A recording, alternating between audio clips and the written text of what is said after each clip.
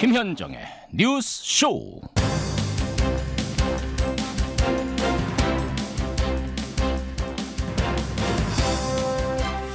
애청자 여러분 안녕하십니까. 설 명절의 첫날입니다. 김현정의 뉴스쇼에서는 오늘부터 3일간 좀 특별한 순서를 마련했는데요. 설 특집 2025년을 말하다라는 제목으로 정치, 국제, 경제 세 개 분야의 올 한 해를 전망해 보겠습니다. 오늘은 그 첫 순서로 정치편입니다. 잠시 후 3명의 패널과 함께 출발하죠. 김현정의 뉴스쇼 설 특집 2025년을 말하다. 오늘은 정치편입니다. 함께해 주실 세 분의 초대 손님부터 소개를 하죠. 국민의힘 김종혁 전 최고위원, 공론센터의 장성철 소장, 그리고 김준일 시사평론가까지 세 분 어서 오십시오. 네, 안녕하세요. 안녕하세요. 새해 복 많이 받으십시오. 새해 복 많이 받으십시오. 좋은 일만 있으십시오. 아니, 세 분 가정은 어떤 편이세요? 무슨 말인고 하니 명절에 가족들, 친지들 모이면 정치 얘기를 좀 하는 편이신지. 안 합니다. 안 인상 하세요? 쓰고 있습니다. 제가 먼저. 그러면은 저한테 정치 얘기를 못 물어봅니다. 아, 몸으로 인상 쓰고 딱 있어요, 이렇게. 물어볼까봐 네. 겁나서. 다 그냥 거의 보수 쪽 입장을 다 견지하시는 분들인데 막 이 얘기 저 얘기 하다 보면 네. 또 의견이 맞지 않는 부분들도 있고 그럼 설 명절에 화기애애한 분위기도 화기애매모호하게 될 것 같아서 그래서 그냥 인상 쓰고 있어요. 이렇게. 인상 아무도 말 못 걸 때. 네. 김준일 평론가님 댁은 어때요? 물어보면 합니다. 예. 아, 하세요, 하기는? 굳이 저는 이제 매일 뭐 정치 얘기하고 있는데 그런데 이제 궁금하시니까 예. 어른들이 만나면 물어보거든요. 그러면 최소한의 설명을 이제 하고 싹 누구 욕하면은 같이 그냥 아유 그렇죠.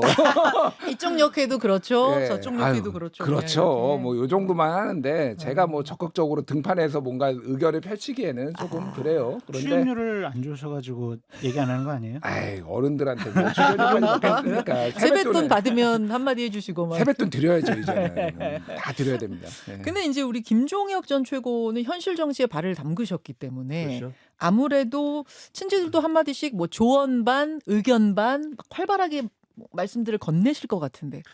아니 근데 제가 예. 저희 부모님이 모두 그 월남 이북에서. 예, 북한에서 내려오신 음. 분들이라 친척이 없어요. 아. 친척이 거의 없습니다. 거의 되게 없어서 다행이신 것 같아요.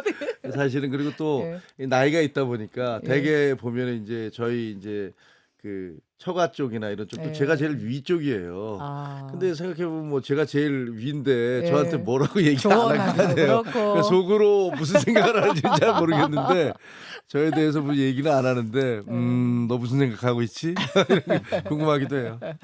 그러니까 여러분 이제 사실은 이번 설 밥상머리에 어떤 이야기들이 오르는가를 보면은 올 한해 정치권을 좀 전망해 볼 수 있을 것 같아요. 그래서 제가 세 분께 밥상머리 키워드, 그러니까 올 설 밥상에선 어떤 이야기들이 오르내릴까를 좀 전망해 주십사, 꼽아와 주십사 부탁을 드렸거든요. 오늘 그 이야기들을 가지고 네. 풍성하게 이야기를 좀 나눠볼까 합니다. 설 밥상에서 무슨 얘기가 많이 나올까? 우선 장 소장님은 어떻게 예측하세요? 아이고 힘들어. 아이고 힘들어. 소리. 아이고 힘들어. 이렇게 앓는 하실 소리가 것 같아요. 나와요? 예. 왜냐하면은 많은 국민들께서 지금 저런 정치인들, 저런 일을 행하는 정치권을 보면은 아 너희들 보기 참 힘들다 그런 생각을 좀 많이 하실 것 같아요. 음흠. 이 비상계엄 실패 이후에 지금 윤석열 대통령이나 아니면 국민의힘 그리고 민주당 하는 꼴들을 보면 국민들이 그것만 보면 짜증나고 화가 나고 뭐 하는 거냐 그렇게 생각해서 저 사람들이 정치권들이 국민에게 위로와 좀 여러 가지 희망을 줘야 되는데 지금은 그냥 국민들이 항상 정치권 걱정하고 그래서 아이고 너희들 보기 너무 힘들어 진짜 이렇게 생각하시는 분들이 있고 네. 지금 설 연휴 기간 동안에 134만 명의 지금 외국 놀러 가시는 분들이 있다. 역대 최다다. 막 이러고 있지만 맞아요. 이런 분들 제외하고 대부분의 국민들께서는 경제적으로 민생적으로 힘들다라는 얘기를 너무 많이 하시더라고요. 얼마 전에도 이렇게 순댓국 먹으러 갔는데 네. 거기서도 장사가 너무 안 된다. 음. 또 아유 이게 임시공휴일 지정돼가지고 우리가 영업할 수 있는 날이 하루가 더 줄어들었다. 오히려 네. 네. 그런 해외로 얘기를 많이 하시더라고요. 가셔서. 네. 그래서 많은 분들이 아이고 힘들어, 아이고 힘들어 그러한 설 연휴가 되지 않았나라는 생각이 듭니다.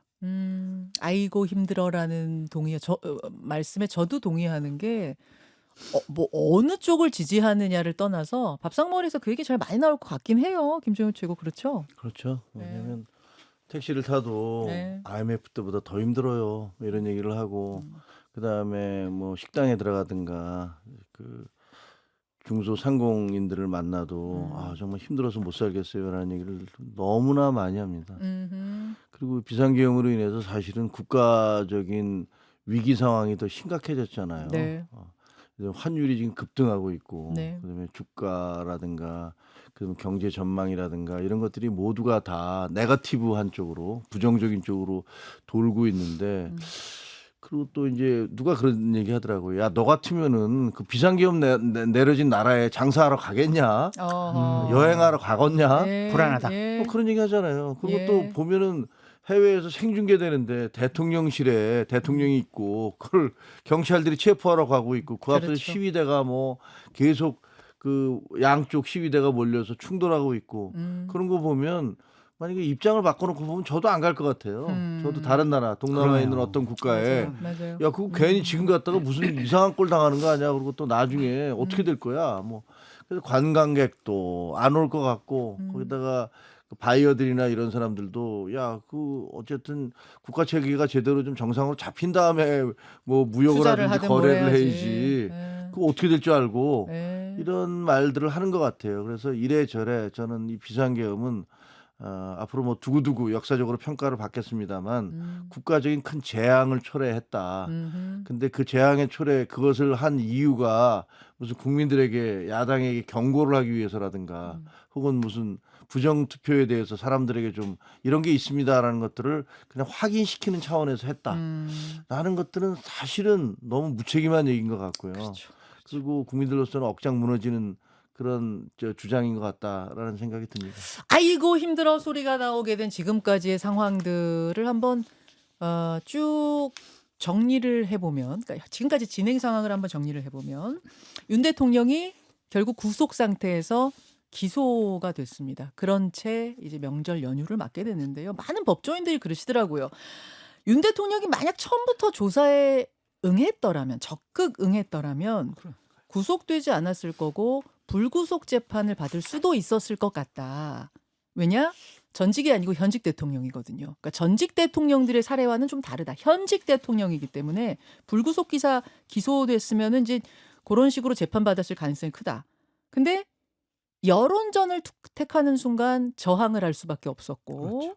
결국 구속이 됐고 재판도 구속 상태에서 받는 신세가 됐다. 김준일 평론가 이렇게 예. 정리하면 됩니까? 상황을? 저는 뭐 완전히 동의하진 않고요. 예. 왜 그러냐면, 그러니까 뭐 여론전을 말씀하셨는데, 그러니까 저는 처음부터 구속 수사해야 된다라고 얘기를 했어요. 얘기를 했던 이유가 뭐냐면은 예. 윤석열 대통령이 그동안 나왔던, 그러니까 탄핵이 되기 전부터 나왔던 메시지는 끝까지 싸우겠다라는 거였잖아요. 그리고 이거는 잘못된 게 아니다라고. 그러면은 저거는 무슨 메시지가 나올지 모른다 이후에 굉장히 위험한 상황이다. 그리고 실제 그렇게 돼버렸어요. 그러니까 뭐 여론 좀 말씀하신 것처럼 계속 이제 선전선동하고 그러기 때문에 저 자리에 있는 것조차 굉장히 위험하다. 뭐가 됐든 국가의 어떤 안녕을 위해서, 안전을 위해서는 무조건 구속을 해야 된다. 지금. 조사에 응했더라도 구속이 필요하다고 보셨나요? 저는 그렇게 생각을 해요. 저는 그렇게 생각을 하고, 그거를 제가 생각을 한다고 해서 검찰이나 뭐 네. 법원이 그렇게 판단하는 거는 또 다른 문제잖아요. 예. 그럼에도 불구하고 저는 국가를 위해서는 매우 잘된 일이다. 일단은 구속이 된 게. 어. 개인의 어떤 감정이 실린 게 아니라 계속 내란 선동, 내전 선동하고 있는 이 상황에서 너무 국가가 불안정해질 가능성이 높았기 때문에 그 부분은 뭐 자업자득이라는 평가도 있지만은 말씀하신 대로 이제 계속 내란을 그러니까 그 이제 여론전을 한 것이 결과적으로 보면은 이거는 국가가 정상화되는데 조금 그 첫 발을 내딛었다, 저는 그렇게 봅니다. 구속 그러니까 처음부터 적극적으로 임했다라면 불구속 기소될 수도 있었다라는 고 생각하시는 분은 없으세요? 장 소장님 어떠세요? 저도 이 부분은 네. 김준일 평론가랑 생각이 좀 같은 게 뭐냐면 혐의 자체가 내란 혐의잖아요. 네. 그냥 누구를 때리고 폭행하고 뭐 도둑질하고 사기치고 이런 것이 아니라 헌법을 유린을 하고 체제를 붕괴시키려는 내란 혐의란 말이에요. 그런 혐의를 가진 분을 대통령직이라는 자리에 그대로 두고 과연 수사가 제대로 진행될 수 있을까? 재판이 제대로 진행될 수 있을까? 그런 생각이 좀 들어서 혐의의 중대성에 비춰봤을 때는 예. 이 부분은 구속 수사를 하고 기소를 하는 게 맞지 않느냐? 좀 그런 생각이 듭니다. 저는 좀 다른데요. 저는 대통령은 불구속 수사하는 게 더 좋았겠다라는 생각은 해요. 왜냐하면 현직 대통령이고 그리고 우리가 보다시피 현직 대통령이 체포돼서 그 구치소로 가는 그 모습을 보는 것들은 국민들에게도 그렇고 그 어떻게 일종의 트라우마를 안겨주고 있지 않습니까? 그리고 국제적으로도 마찬가지인데 근데 그 왜 그럼 사태가 이렇게까지 악화됐느냐? 거기에 대한 책임은 두 사람, 그러니까 대통령과 공수처 양쪽에 모두 있다고 생각을 해요. 대통령은 7일 오전 10시에 그 국민들에게 사과를 했어요. 예. 그러면서 제가 죄송하게 생각하고 수사를 투명하고 공정하게 받겠다. 그리고 제2계엄은 없다. 그리고 나의 임기를 포함해서 국정 운영의 모든 것들을 당과 정부에 맡기겠다. 이렇게 얘기를 했어요. 그래서 그날 저녁에 탄핵이 통과가 안 된 거예요. 예, 7일 날 예. 저녁에. 근데 5일 뒤에 갑자기 이걸 다 바꾸셨어요. 그러면서 내가 잘못한 게 뭐냐. 그리고 이거는 내가 따져보겠다. 이렇게 입장 태도를 확 바꿔버렸단 말이에요. 그러니까 이렇게 되면 사람들이 저 뭐지? 그러면 현직에 있으면서 본인이 얼마든지 영향력을 행사해서 그 증거 인멸이라든가 혹은 증인들에 대한 어떤 압박이라든가 이런 것들이 가능하겠구나라는 생각을 우려를 가져왔잖아요. 예, 예. 그래서 결국 14일 날 탄핵으로 이어졌기 때문에 대통령이 내가 어쨌든 원래 약속한 대로 그대로 갔다면 그러면 불구속할 수도 있다고 생각을 해요. 그럼 왜 원래 입장을 바꿔서 여론전으로 가야겠다, 저항해야겠다, 끝까지 이렇게 가야겠다라고 생각한 걸까요? 그건 지금 미스터리인데요. 그러니까 네. 두 가지죠. 하나는 처음부터 7일 날 발표할 때부터 그런 생각은 없었다. 그러니까 7일 날 발표한 것도 7일 날 오전 10시에 대국민 사과나 이런 것도 결국은 당장에 그 탄핵을 넘기기 위해서 그런 것이고 원래 계획은 사과할 생각이 없었다. 사과할 생각이 없었다라는 주장이 하나가 있는 거고 예. 아니면 그 사이에 뭐가 있었다. 그 사이에 생각을 바꾸기 위한 뭐가 있었는데 그건 뭔지는 모르겠다. 어허. 둘 중에 하나겠죠. 근데 뭐가 뭔지는 아직은 모르겠어요. 나중에 뭐 시간이 흘러야 확인될 수 있겠죠. 두 번째는 공수처의 문제인데요. 네. 공수처가 처음에 3번에 걸쳐서 그 소환장을 냈잖아요. 와서 네. 조사 받으십시오. 그런데 안 받았단 말이에요. 그러니까 그렇죠. 바로 그냥 체포영장을 발부를 한 거예요. 예. 근데 그거는 저는 너무 과하다고 생각을 해요. 왜냐하면 뭐 다들 그렇게 얘기해요. 대통령이 무슨 특별해? 대통령 특별합니다. 대통령은 특별하기 때문에 내란이나 외환죄를 제외하고는 소추도 받지 않아요. 그리고 뭐 이렇게 똑같이 나나 대통령이나 똑같은데 왜 그렇게 해라고 얘기하는 것은 그냥 말로는 그렇게 할 수 있지만 현실 정치에서 그렇게 돌아가지는 않아요. 어허. 그리고 대통령을 체포영장을 발부했을 경우에 생길 그 후폭풍도 어마어마한 거고 우리가 다 목격을 했잖아요. 결국 서부지법에 그 난입 사태까지 벌어졌어요. 예. 그렇다면 공수처에서는 적어도 3번 해서 안 나왔으면 다른 방법의 제스처를 좀 했어야 돼요. 제3의 장소에서 해보자라든가 아니면 우리가 출장 조사를 해보자라든가 이런 주장들을 하면서 명분을 계속 축적하고 그래도 안 되니까 우리는 안 되겠습니다. 체포영장 발부받겠습니다. 예. 이래야 되는데 그런 절차를 그냥 건너뛰고 네. 공수처는 마치 내가 먼저 공을 세우겠어. 내가 먼저 윤석열을 잡아다가 내가 두드려 패는 모습을 보이겠어. 라는 식의 조급함, 강박감 이런 것들을 드러냈거든요. 어허. 그래서 결국은 사태가 점점 더 양쪽에 한쪽이 입장을 바꾸면서 예. 강경하게 나오고 예. 이쪽도 마찬가지로 거기에 대항해 에스컬레이팅이 나서면서 됐어요. 그렇죠. 그래서 결국은 우리 국민들이 못 볼 거를 본 거죠. 전 두 가지 같아요. 자, 장 수장님. 하나는 처음부터 그냥 내가 뭘 잘못했어. 나 잘못한 거 없어. 나 부정선거 반국가 세력 국민들에게 알려주고 나 이거 경고 차원에서 한 거야. 그런 생각을 그냥 계속 갖고 있었던 것 같습니다. 난 잘못하지 않았어라는 생각. 그리고 또 하나는 주위의 참모들 중에 박근혜 대통령 탄핵 때 당시에 청와대에서 근무했던 사람들이 있거든요. 그 사람들이 얘기를 했을 것 같아요.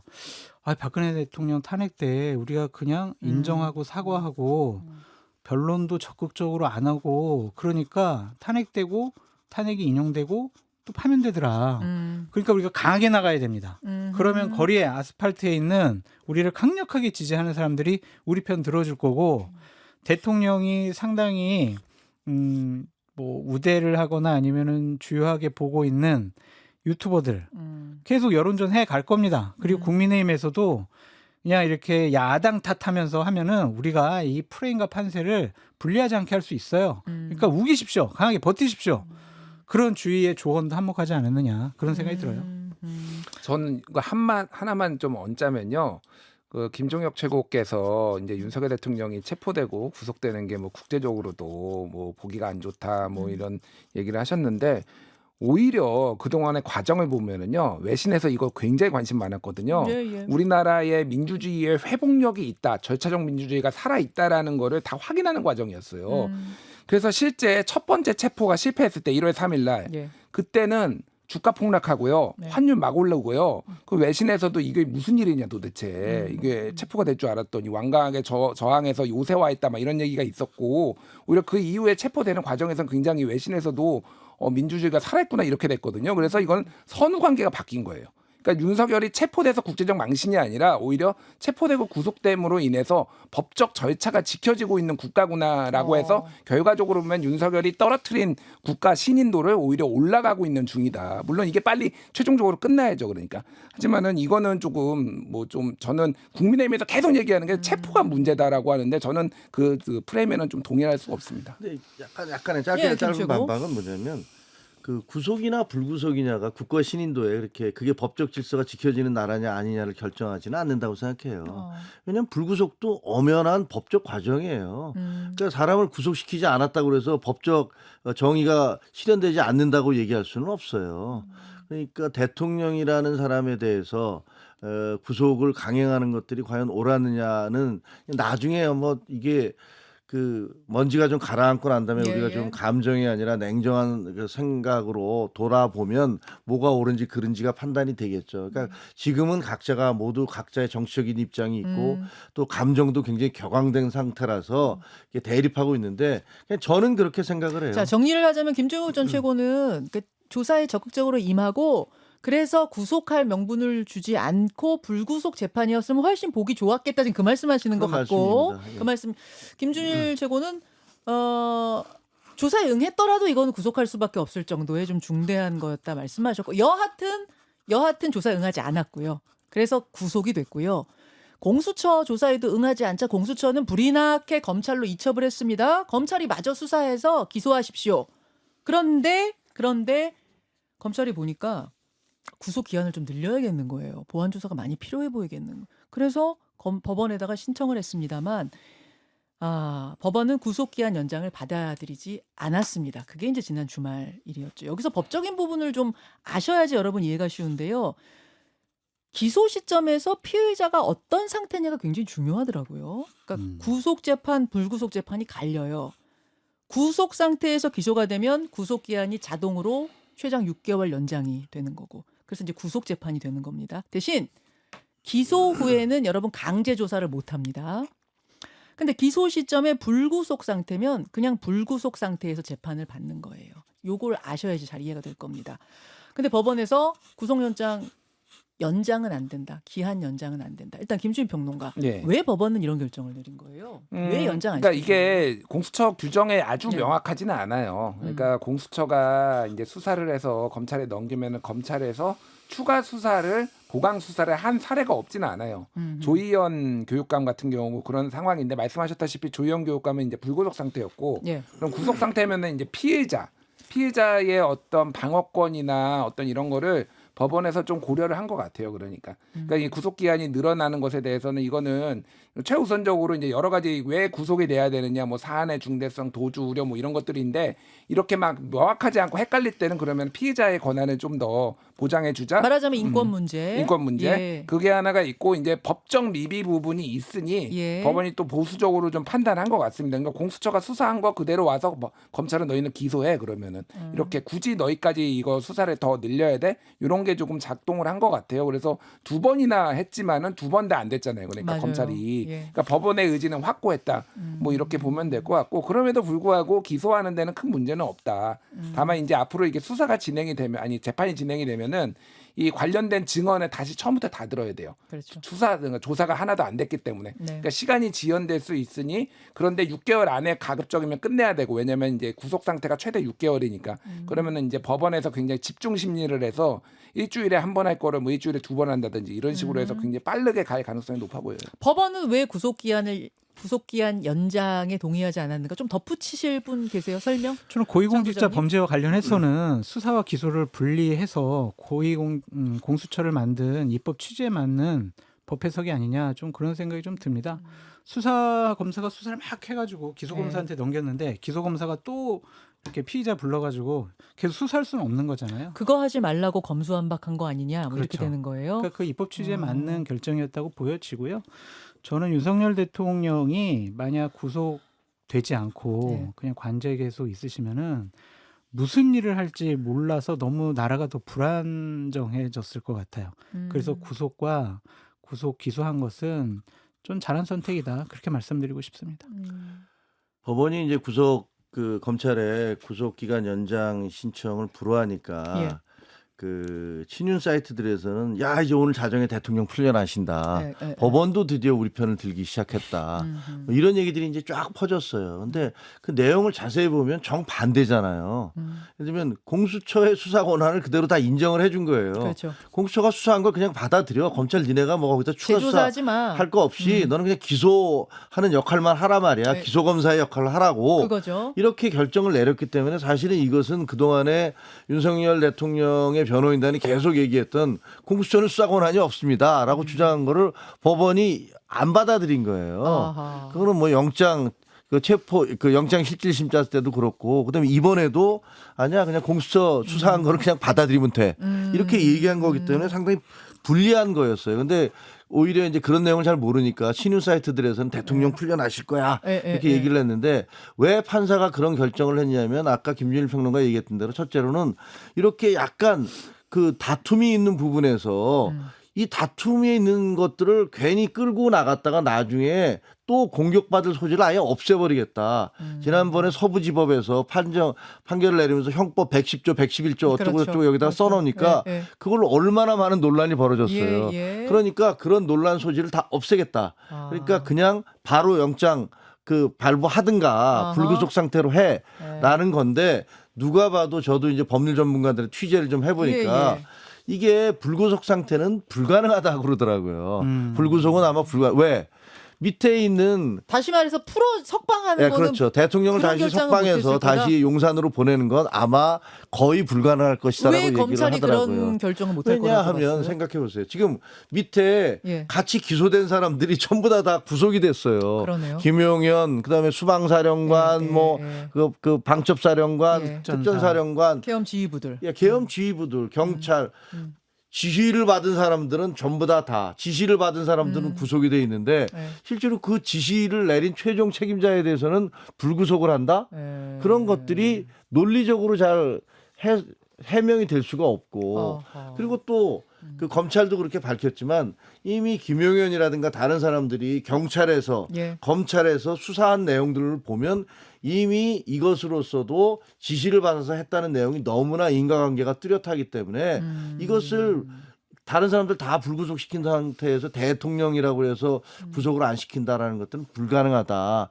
그런데 그 부담을 덜기 위해서 심우정 검찰총장은 다 부른 거죠. 그 검사장들 다 불러서 야 나 혼자 이 책임을 다 떠맡기 곤란하니까 법률 전문가들이 니들도 얘기 좀 해줘 라고 얘기를 한 거고 그러니까 거기서 이제 다수의 의견은 야 이거는 그대로 만약에 대통령이 다시 들어갔다가 예. 이분이 만약에 관저갔다가. 다른 생각을 하게 되면 그래서 또 사람들을 동원하게 되고 다음에 출석하라는데 못 나오겠다 그러고 이러면 그 책임은 우리는 질 누가 수 다 없다. 뒤집었을 거냐? 이건 우리는 질 수 없다. 아. 이런 얘기를 했던 것 같고요. 아하. 일부에서는 또 아니 그래도 뭐 대통령인데 이렇게 얘기를 하신 분도 있는 것 같고 그래서 이분들도 검찰총장이 결정해 주세요. 이렇게 놓고 빠진 거죠. 그러니까 심우정 검찰총장은 물론 윤석열 대통령이 임명을 했지만 그래도 이게 만약에 이걸 불구속이 시켰을 경우에 그 법적 안정성 문제 나중에 어떤 사태가 어떻게 벌어질지 모른다는 불확실성의 문제 이런 것들 때문에 구속 수사를 한 거고 그렇게 되다 보니까 사실은 굉장히 일종의 지지자들 사이에서 멘붕 상태가 온 거예요. 풀려날 줄 알았다가. 예, 뭐 당연히 풀려날 거고, 야 심우정이가 그래도 뭐 우리가 대통령 임명한 사람 아니야? 어허. 그리고 뭐 검사장들이 다 왔는데 다 대통령 임명한 사람들 아니야? 근데 이게 구속영장이 발부가 돼 버리고 그 구속 기소를 한다고 그러니까 예, 예. 거의 저거 사이트들 같은 데 이렇게 들어가 보면 예. 심리적인 붕괴 상태가 막 일어나더라고요. 이 그래요. 나쁜 놈들, 니들이 그럴 수가 있어? 배신자야? 배신자들. 또 배신자. 그런 분위기가 막 생겨나고 있어요. 그러니까 보완 조사를 못하더라도 대통령을 관저로 돌려보낼 수는 없다는 결론이 그래서 난 것이다. 그런 것 같아요. 구속 여러 가지 기소를 그 한 이후의 이후. 불확실성이라든가. 왜냐하면 예. 대통령이 계속 그동안에 출석도 못하겠다. 그리고 경호처를 동원하고 뭐 이런 부분들에 대한 불안감이 있는 거죠. 그건 법조인들 전체에 있는 것 같아요. 한 언론 기사에 의하면은 지금 김용현 전 국방부 장관이나 윤석열 대통령 측에서 우리가 뭘 갖고 있는지 몰라서 저런 식의 억지 주장을 한다. 그러니까 검찰이 뭐 어떠한 증거를 갖고 있는지 모르고 저 사람들이 저런 주장을 한다라고 하고 또 구속 기소하기 전에 국방부 또 추가적으로 압수수색을 하면서 네. 여러 가지 증거 자료를 확보했다라고 하는 것으로 보여지고요. 이미 대통령께서 헌법재판소 심판에 2번이나 나가시면서 검찰이 물어보고 싶은 거를 거기서 많이 얘기하셨던 것 같아요. 그렇기 때문에 굳이 뭐 조사해가지고 기소하나 아니면 그냥 조사 없이 기소하나 별반 차이 없다라고 느낀 것도 같습니다. 근데 이제 예, 저는 이 김준일 생각이 들어요. 평론가? 이게 강제 수사는 못해요. 그러니까 이게 기소된 다음에 아예 수사를 못하는 건 아니에요. 조사를 못하는 건 아닙니다. 근데 이제 강제로 이렇게 안 치고 이러고는 못한단 말이에요. 근데 2016년, 17년에 이게 17년이죠. 그때 박근혜 이제 그때 탄핵 국면에서 특검에 파견됐던 우리 검사 윤석열이 이제 어떻게 수사를 했는지를 많이 이제 생각해 보시면 됩니다. 최근에 뭐 나왔던 건데 안종범 수석이 이제 진술 거부하니까 우리 윤석열 검사께서 가족까지 다 털어버리겠다 뭐 이렇게 했다라는 거 아니에요. 네. 예, 그리고 예전에 뭐 이거는 특검하고는 관련 없지만 신정아 씨가 학력위조 예의대 학력위조 예. 신정아 씨가 윤석열 검사 때문에 오줌 지렸다 그 어. 얘기를 본인의 자서전에 이제 썼어요. 예. 그래서 제가 뭐 강압 수사를 얘기하는 건 아닌데 예, 윤석열 검사 반만 해라 우리 검사님들 예 충분히 잘할 수 있다. 김건희 여사도 수사해야죠. 그러니까 지금 수사할 게 굉장히 많습니다. 예. 그 아마 김종인 그 최고. 검사들이 굉장히 어제 그제 힘들었을 거예요. 왜냐하면 그 기록이 3만 쪽쯤 된다는 거 아니에요. 그렇다면서요. 네, 그거를 그 동안에 뭐 여러 사람이 했으니까 네. 그 조사 기록을 읽어봐야 될 거 아니에요. 그렇죠.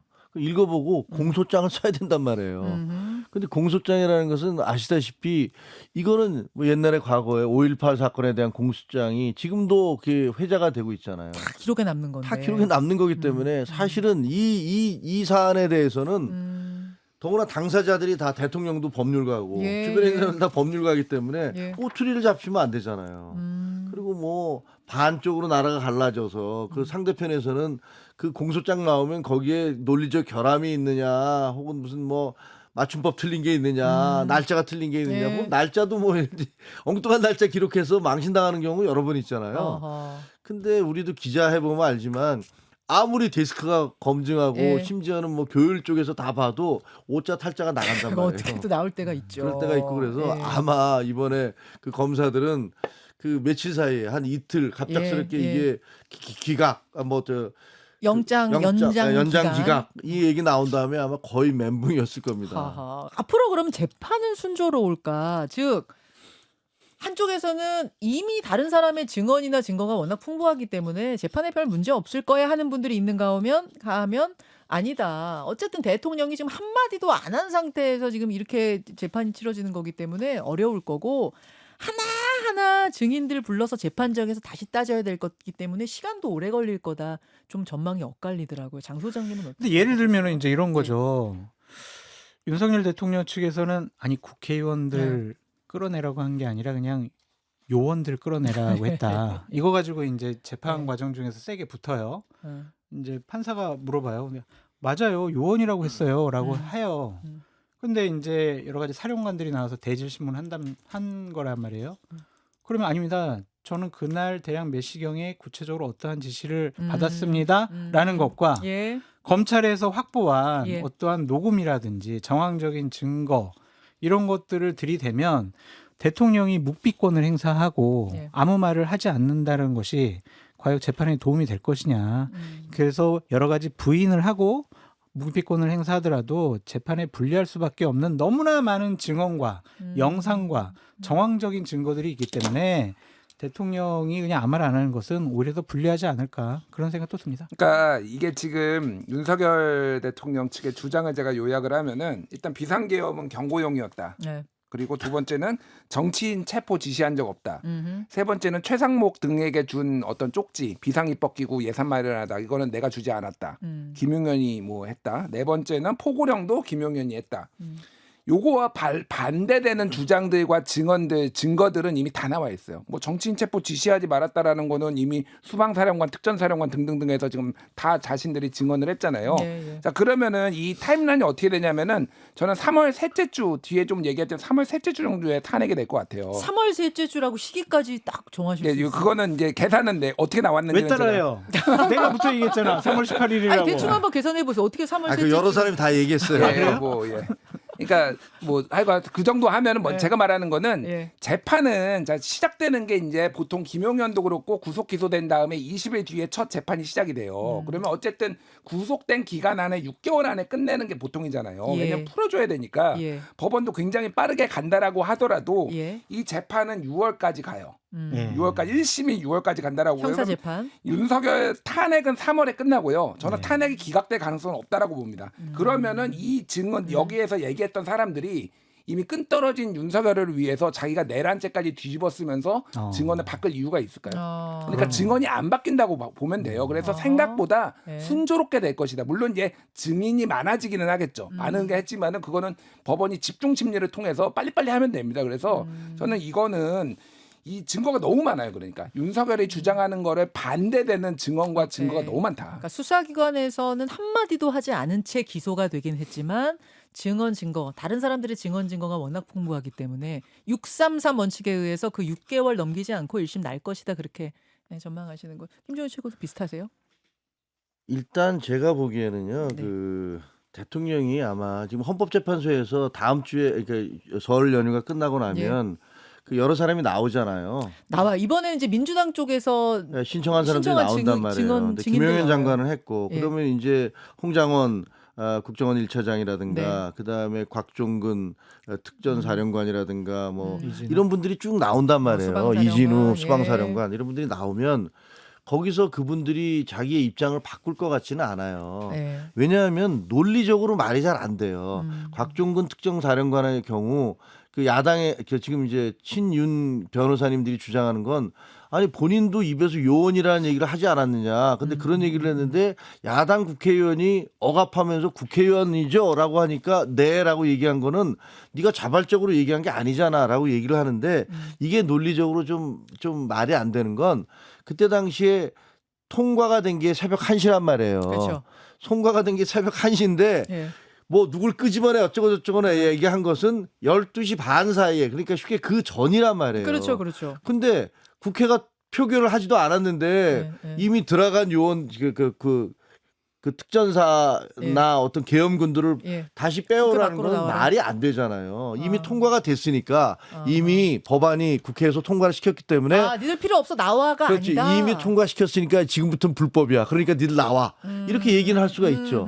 근데 아직 투표도 안 했어. 통과도 안 시켰는데 니들 나와. 그럼 들어가라고 얘기할 이유가 없잖아요. 어허. 그래서 사실 그건 논리적으로 말이 안 되는 거예요. 예. 그래서 그거는 왜냐하면 그 사람들이 자기들끼리 주고받은 특전사 요원들이라든가 그때 국회에 들어갔던 사람들이 자기네들 단톡방에서 대화를 주고받은 시간들이 다 기록돼 있단 말이에요. 그렇죠. 그렇죠. 그러니까 그거를 내세우면은 네. 아 그게 이미 국회가 통과시켰으니까 더 이상 뭐 국회의원들은 아니고 그 우리 요원들 계엄군을 나오라고 했던 겁니다. 이렇게 얘기를 해야 되는데 예. 통과도 안 시켰는데 그러면 네, 계엄군 그러네. 나오라고 그랬단 말입니까? 이렇게 반박을 하면 논리적인 근거가 없어요. 그래서 아, 제가 보기에는 네. 아마 헌법재판소에서 이 사령관들은 그냥 있던 대로 얘기를 할 것이고 거기서 반박을 뭐 어떻게 하려고 하겠지만 논리적으로 그게 좀 어려울 것 같아요. 그러면 똑같은 내용을 이제 저 재판정에 가서도 할 거 아니에요. 그렇죠. 그때부터 나는 대통령 묵비권 행사할 거라고 봅니다. 아, 재판정에서도 묵비권 뭐 행사할 묵비권 거라고 행사하죠, 보세요? 당연히. 할 말이 없잖아. 거기서는 근데 말 많이 해야 되는 거 아니에요? 아닐 것 같아요. 법정에서는? 왜냐면 조국 씨도 조국 전 대표, 장관도 예. 대표도 똑같이 했어요. 아. 뭐 기자들 만날 때는 경찰 가서 얘기하겠다고 그랬고 경찰에 갔더니 검찰 가서 얘기하겠다고 예. 그랬고 검찰에 갔더니 재판장 가서 진술하겠다고 그랬고 재판장 갔더니 몇 조 이렇게 읊으면서 나는 뭐 얘기할 수가 없다라고 얘기했는데 그 이유는 본인도 알거든요. 제가 이건 제 추정입니다만 예. 본인이 얘기하는 게 논리적으로 말이 안 된다는 걸 알기 때문에 거기에서 무슨 논리로 반박을 하겠어요. 그러면 그냥 묵비권을 행사하거나 말을 안 하는 거지. 헌법재판소 심판 과정 중에서 윤석열 대통령 측이 하는 여러 가지 뭐 변호를 보면 논리적이거나 법률적인 근거가 있는 건 전혀 없는 것 같아요. 그렇기 때문에 뭐 심판 과정 중이나 재판 과정 중에서 특별히 할 말이 없을 것 같아요. 알겠습니다. 말하면은 더 오히려 우스워지고 창피만 당하지 않을까? 그래서 이제 세 분의 생각은 탄핵 심판은 3월 말쯤에 결론이 날 것 같다. 저는 셋째 주 정도 봤는데. 계속 잠깐만 여기서 짚고 갈게요. 왜 셋째 주를 계속 얘기하시는 거예요? 그러니까 왜 그러냐면요. 예. 논리적으로 그냥 제가 계산한 방법을 말씀을 드릴게요. 정확해, 지금 정확해. 2월 13일까지 잡혔잖아요. 그게 8번이에요. 2월 둘째 주. 일주일에 2번씩 가요. 화목 변론기일. 지금 변론기일 예, 말하는 겁니다. 예. 그러면은 자 노무현 7번 했고요. 노무현 탄핵 때, 박근혜 탄핵 때 17번 했어요. 자, 그러면은 지금 국민의힘에서 계속 주장하는 게 너무 지금 빠르게 진행된다라는 거 하면은 비슷하게 박근혜 탄핵하고 비슷하게는 맞춰줄 것 같아요. 완전 너무 차이나게 노무현 대통령처럼 빠르게 이렇게 가지는 않을 거라고 예, 보면은 자 2월 13일 그러면 그게 둘째 주가 8번, 셋째 주가 10번, 예. 2월 넷째 주가 12번이에요. 저는 3월까지 넘어간다고 봐요. 3월 첫째 주, 둘째 주까지.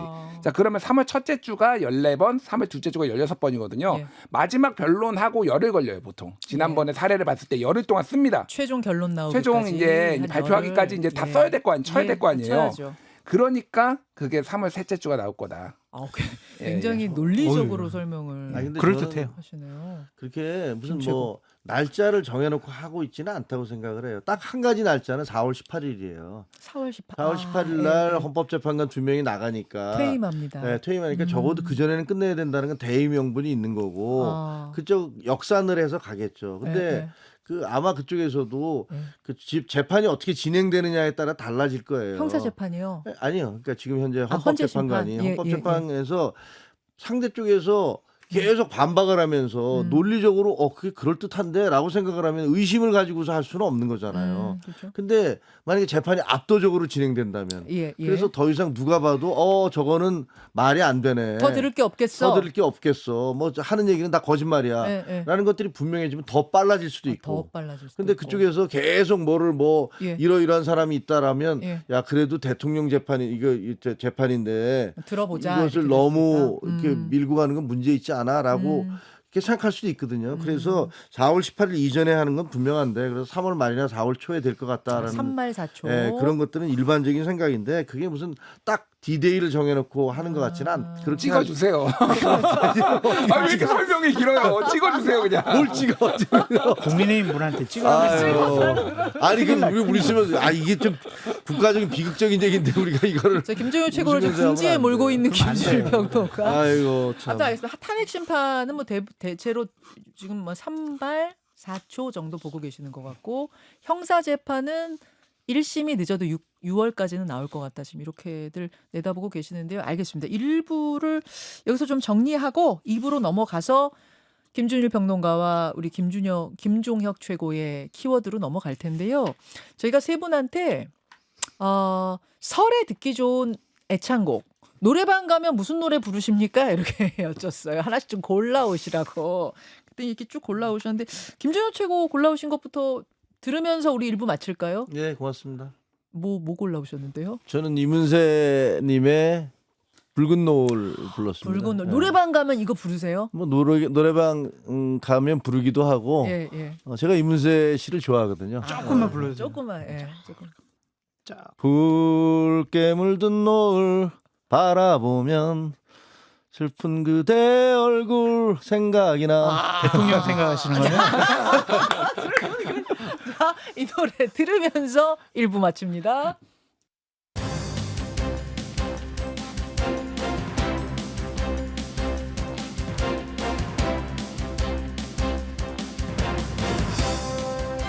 김현정의 뉴스쇼 2부 출발합니다.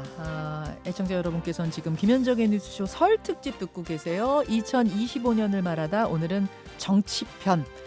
잠시 광고 들으시고 국민의힘 김종혁 전 최고위원, 공론센터의 장성철 소장, 그리고 김준일 시사평론가와 함께 돌아오겠습니다. 김현정의 뉴스쇼 설 특집 2025년을 말하다. 오늘은 정치편, 국민의힘 김종혁 전 최고위원, 공론센터의 장성철 소장, 그리고 김준일 시사평론가와 함께하고 있습니다. 자, 이번에는 설 밥상 키워드 김준일 평론가가 골라오신 키워드로 좀 넘어가 볼까요? 설 밥상에서 무슨 이야기가 많이 나올 것 같습니까? 네, 저는 부정선거하고 이재명 두 개를 꼽아왔어요. 부정선거와 이재명. 예, 두 키워드가 한 번에 가는 건 아닌 거예요. 그러니까 제가 이제 좀 설명을 해드릴게요. 그러니까 예. 이게 뭐 이제 사실 정치 얘기 안 하는 집안도 맞는데 예를 들면 이제 다 모였어. 그리고 네. 정치 성향이 다 달라요. 네. 그런데 이제 윤석열 대통령 얘기하고 뭐 이렇게 하려면은 껄끄러워요. 껄끄러워요. 그리고 어허. 이제 싸우게 될 가능성이 높기 때문에 약간 얘기하다가 딱 빠져요. 그러면 너무 정면이어서 너무 정면 승부라. 오히려 약간 다 같이 정치 성향이 똑같으면 상관없어요. 그렇지. 윤석열 대통령 때리거나 네. 윤석열 대통령 지지하거나 근데 예. 조금이라도 다른 사람이 있으면 이제 빠지는데 거기에서 누군가가 예. 그래 윤석열이 잘못했지. 그런데 부정선거는 바로 잡아야 되지 않겠니? 이제 이렇게. 이런 식으로 나오는 거예요 이게. 네. 그러면서 이제 또 차기 대선 얘기를 하면서 야 그래 여당이 잘못을 했는데 그래도 이재명은 안 되잖아. 이재명은 싫어. 문제가 많아. 이런 식으로 이제 논리가 흐름이 흐를 가능성이 있다. 그래서 제가 이 두 개를 가져와 본 거예요. 그러니까.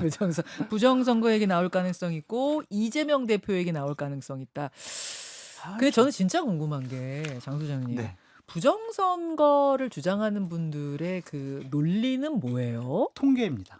통계? 네. 특히 이제 공병호 TV를 보면은요. 예. 그분이 각 지역별 뭐 선거구별로 통계를 해가지고 음. 어떻게 이렇게 똑같을 수가 있어? 저도 제가 정치권에 없었으면 그거 보면은 진짜 되게 이상하다. 이거 뭔가 이상하다. 뭐 부정이 있는 것 같다. 그렇게 생각할 정도로 이상하게 수치가 맞아요. 예를 들면 어떤 식인 거예요? 그러니까 예를 들면 A 선거구, B 선거구, C 선거구인데 예. 사전 투표가 예. 18,000표, 18,000표, 18,000표 이렇다. 이런 식으로 통계를 쭉 해놔버리니까 예. 그냥 그거를 재확인하지 못하는 분들은 맞네 이거 부정선거네 그렇게 생각할 텐데 저는 정치권에 있으면서 개표장을 가봤거든요. 예. 참관인으로도 몇 번 가봤어요. 그렇죠. 그거를 경험해 보면은요 부정선거는 있을 수가 없다고 생각이 들어요. 어떤 식인데요? 가서 보시면. 그 전자개표가 아니에요. 우리나라 선거는요 다 수개표입니다. 거의. 전자개표 이렇게 뚜루루룩 돌아가는 거 아니에요? 숫자 기계? 세는 거예요. 그냥 100매 딱 이제 사람들이 찬성표 예. 예를 들면 A 후보에게 투표한 거 100매 딱 모아놨잖아요. 예. 100매가 맞는지 안 맞는지 그 숫자를 세는 거예요. 그러니까 수개표하고 네. 그거 다시 한번 확인하는 과정인 네. 것이다. 그 과정 중에서 또 그냥 참관인들이 다 본인들이 다 뒤져볼 수가 있고 하나라도 조금이라도 이상하면요 네. 개표장도 중단입니다. 그래서 모든 사람들이 다 모여가지고 이게 무효표인가 아니면 A에게 투표한 건가 B에게 한 건가 서로 다 오키를 해야 다시 개표가 진행이 돼요. 그거를 수기로 다 거기다가 쓴 다음에 큰 이렇게 판넬 같은 데 있거든요. 네. 거기에다도 수기를 써요. 그런 다음에 이제 전산으로 입력하는 거거든요. 도저히 이게 부정선거가 나올 수가 없어요. 그분들은 부정선거 주장하시는 분들은 이제 우리나라도 수개표 해야 된다 막 이렇게 얘기하는데 이미 지금 다 수개표예요 지금. 다 수개표라는 우리나라. 거예요. 네, 그렇죠. 그 전제 조건이 다 깨져버리는 거예요 지금. 자, 그럼 왜 숫자는 그렇게 똑같이 나오는 거야? 이거는 그럼 우연히. 제가 설명해 드릴게요. 그게 이제 2020년 총선 때에 이제 미래통합당이 103대 180으로 이제 민주당한테 크게 패배하면서 황교안 대표도 이제 본인이 생각하기에는 굉장히 잘했다고 생각하는데 이게 부정선거다 이렇게 얘기를 하면서 나왔던 근거들이 뭐였냐면은 그때 뭐 가로세로 연구소 등등에서 주장했던 게 63대 36이었어요. 뭐냐면은 이제 사전 투표함을 열어보니까 수도권에 있는 데들이 다 이상하게 민주당 63, 미래통합당 36이 나오더라. 야 이거는 부정 이렇게 이제 주장이 된 거예요. 어떻게 숫자가 이렇게 똑같이 나와? 예, 그런데 모든 게 그렇게 나온 것도 아니고 예를 들면은 60대 뭐 38이 나온 데도 있고 뭐 다 달라요. 그러니까 몇 군데 한 16군데가 17개 정도가 대충 소수점은 또 틀려요. 63대 36 정도가 나왔는데 그러니까 이게 상식인 게 그러니까 수도권 표심이라고 묶는 거예요. 그러니까 영남 표심, 그러니까 호남 표심, 수도권이 비슷하게 나오는 게 이상한 게 아닙니다. 그게. 그러니까 상식적인 거잖아요. 그게. 그러니까 강동구와 그 옆에 송파구, 예. 마포구와 뭐 그 옆에 무슨구 비슷비슷하게 나오는 민심이라는 게 자연스럽다 그 말씀이신 그러니까 거죠? 그게 개별 구별로 보면은 또 네. 강남 다르고 강북 다르지만은 거기에서 네. 한 네. 200개, 300개 있는 거 중에서 네. 63대 36이 20개 나오는 게 이상한 건가요? 그러니까 이거는 그냥 자기들 나름대로 마치 이게 통계적으로 무슨 유의미하게 의미가 있는 것처럼 그런 식으로 설명을 하는데 말도 안 되는 거고 말씀하셨다시피 다 수개표를 해요. 사실상 우리나라는 원래 이제 전자개표 이제 무슨 기입하는 게 아니잖아요. 이거는 분류만 그렇게 기계가 하지만 그것도 다 확인해봐요. 심지어는 그렇기 네. 때문에 네. 아무런 의미가 없는 얘기라는 거고 네. 저는 다른 무엇보다도 이게 부정선거 음모론이 옛날부터 있었는데 최근 여론조사 보면은요 40%가 넘었습니다. 지금 부정선거가 있는 있었다고 것 믿는 같다라고 사람이. 생각하는 사람이. 대한민국이 망해가고 있어요.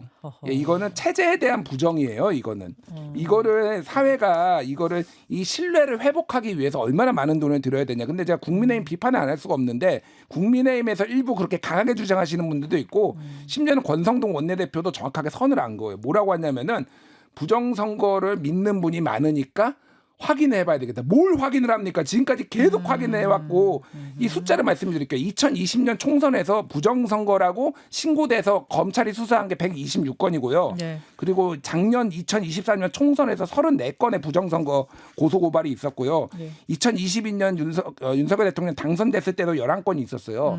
전체가 다 아무 부정선거 한 건도 안 나왔습니다. 검찰, 경찰이 법원까지 다 부정선거 없다라고 해준 거예요. 2020년은 윤석열 검찰총장 시절이고요. 예, 예. 2024년 작년은 윤석열 대통령 시절이고요. 예. 2022년은 윤석열 본인이 등판했던 때입니다. 예. 단 한 건도 안 나오는데 어떻게 윤석열 대통령은 부정선거 얘기를 할 수가 있죠? 그러니까 이 대통령이 지금 이렇게 얘기를 함으로써 나라가 난장판이 돼버렸다. 심지어 아하. 방첩사에서도 작년에 네. 부정선거 없는데요? 아닌 것 같은데요? 아까 방첩사 조사했다는 거죠? 네, 근데 아닌 그렇게 걸로 했잖아요. 나왔다는 거죠? 근데 저는 부정선거를 주창하는 황교안, 윤석열 이분들은 그 심리적인 기저에는 나 때문에 선거진 거 아니야 이게 있는 것 같아요. 지난 2020년 선거도 우리가 보수파 다 중도까지 모이면은 우리 거의 비슷한 수준으로 민주당과 싸울 수 있어. 이번에도 작년에도 우리 그냥 이렇게 만방으로 깨지진 않았을 것 같은데 적어도 한 140개는 얻었어야 되지 않나? 그런데 중간에 황교안 당신 당대표 때 졌잖아. 당신 책임이잖아. 당신 때문이야. 윤석열 대통령 당신 말이야 대파 가경 뭐 런종섭 해가지고 그래서 진 거 아니야 이러니까 아니야 나 선거가 때문에 부정이야. 진 게 아니야 그냥 부정선거 때문에 졌어 이런 식으로 책임을 회피하기 위해서 오히려 더 강하게 얘기하는 것이 아니냐. 그 심리가 깔려 있었던 네. 게 아니냐. 자, 김종회 전 최고가 어떻게 보시는 거 저는 궁금해요. 이제 선거에도 출마를 했었으니까. 네, 근데 네. 지금 이제 우리가 구분해야 될 게 예. 선거 관리 부실하고 부정선거는 같은 게 아니에요. 부실과 부정은 엄연히 다르죠. 네, 그러니까 우리가 선거 관리 부실했다 그러면 대박 그 소쿠리에다가 왜 그 네. 투표용지를 갖고 움직이느냐 뭐 이런 얘기들 전에 비판 그거 많이 있었죠. 있잖아요. 이건 네. 비판인데 당연히 이건 잘못한 거죠. 근데 부정선거라고 얘기하려면 세 가지가 충족이 돼야 돼요. 세 가지. 사전 계획이 있어야 돼요. 그리고 조직적으로 시행돼야 돼요. 그리고 그것이 선거 결과를 바꿔야 되는 거예요. 그 결과. 그렇죠. 그 세 가지가 필요한 거예요. 근데 생각을 해보세요. 지금 우리가 일반 투표용지는 다 거기서 투표한 다음에 공인해서 같이 움직여서 개함을 하니까 네. 지금 주장하는 것은 사전 투표용지가 문제가 있다라는 네. 거잖아요. 맞아요. 전국 어디선지 내 주민등록 대고 그러면 그 투표용지 받아서 찍은 다음에 그거를 편지봉투로 우리 지역으로 다시 보내니까 거기서 무슨 뭐가 있는 거 아니냐라고 생각을 하는데 한번 생각을 해보세요. 그거를 그러면 가짜 투표용지를 인쇄를 해야 될 거 아니에요. 그리고 거기다가 그 찍는 것까지 대신 찍어줘야 될 거 아니에요. 그러네요. 그리고 봉투에다 집어넣어 갖고 해야 될 거 아니에요. 예, 예. 그런 것들을 전국적으로 시행을 하려면요. 예. 이거 1-20명, 1-200명으로 할 수 있겠습니까? 아. 그건 불가능한 얘기예요. 아. 적어도 어마어마하게 제가 보기에는 정말 수천 명이 동원되거나 아니면은 무슨 뭐 국정원이 동원되든지 이거 해서 그래도 다 나오게 돼 있어요. 그리고 한번 근데 왜 자꾸만 논란이 되고 있느냐. 네, 네. 이게 선거관리 부실의 얘기인데 네. 우리가 3,500만 명 정도가 투표를 해요. 예. 그럼 그분들이 다 정상적인 사람만 있지는 않잖아요. 그렇죠. 그리고 기표소 안에 들어가면요. 네. 실제로 그 안에다가 자기가 하나를 찍어야 되는데 여러 개를 찍은 사람도 있고. 있어요. 예. 네, 그렇죠. 있어요. 예. 낙서한 사람도 있고. 있어요. 예. 거기다가 그거 말고 자기가 가져온 도장으로 찍는 사람도 있고. 자기 도장 찍는 네, 사람 엉뚱한 사람들이 있대요. 예. 그러면 그게 이제 갖고 와서 그 사람이 그 집어넣어요. 근데 어허. 우리가 기표소 안에 들어갈 수 없으니까 그 사람이 그 안에서 무슨 짓을 했는지 알게 뭡니까? 모르죠. 근데 가서 했는데 나중에 문제가 돼서 깠어. 예. 깠더니 투표용지에 왜 이런 게 들어가 있지? 라고 얘기하면 그거는 그거를 가지고 부정선거라고 얘기할 수는 없잖아요. 없죠. 예. 그거는 그 선거 자체에 갖고 있는 한계에 의해서 그리고 수많은 사람들이 모두 다 투표를 하기 때문에 별 이상한 사람들이 다 있기 때문에 그런 게 나올 수 있는 거거든요. 그래서 그동안에 뭐 여러 가지 얘기가 나왔어요.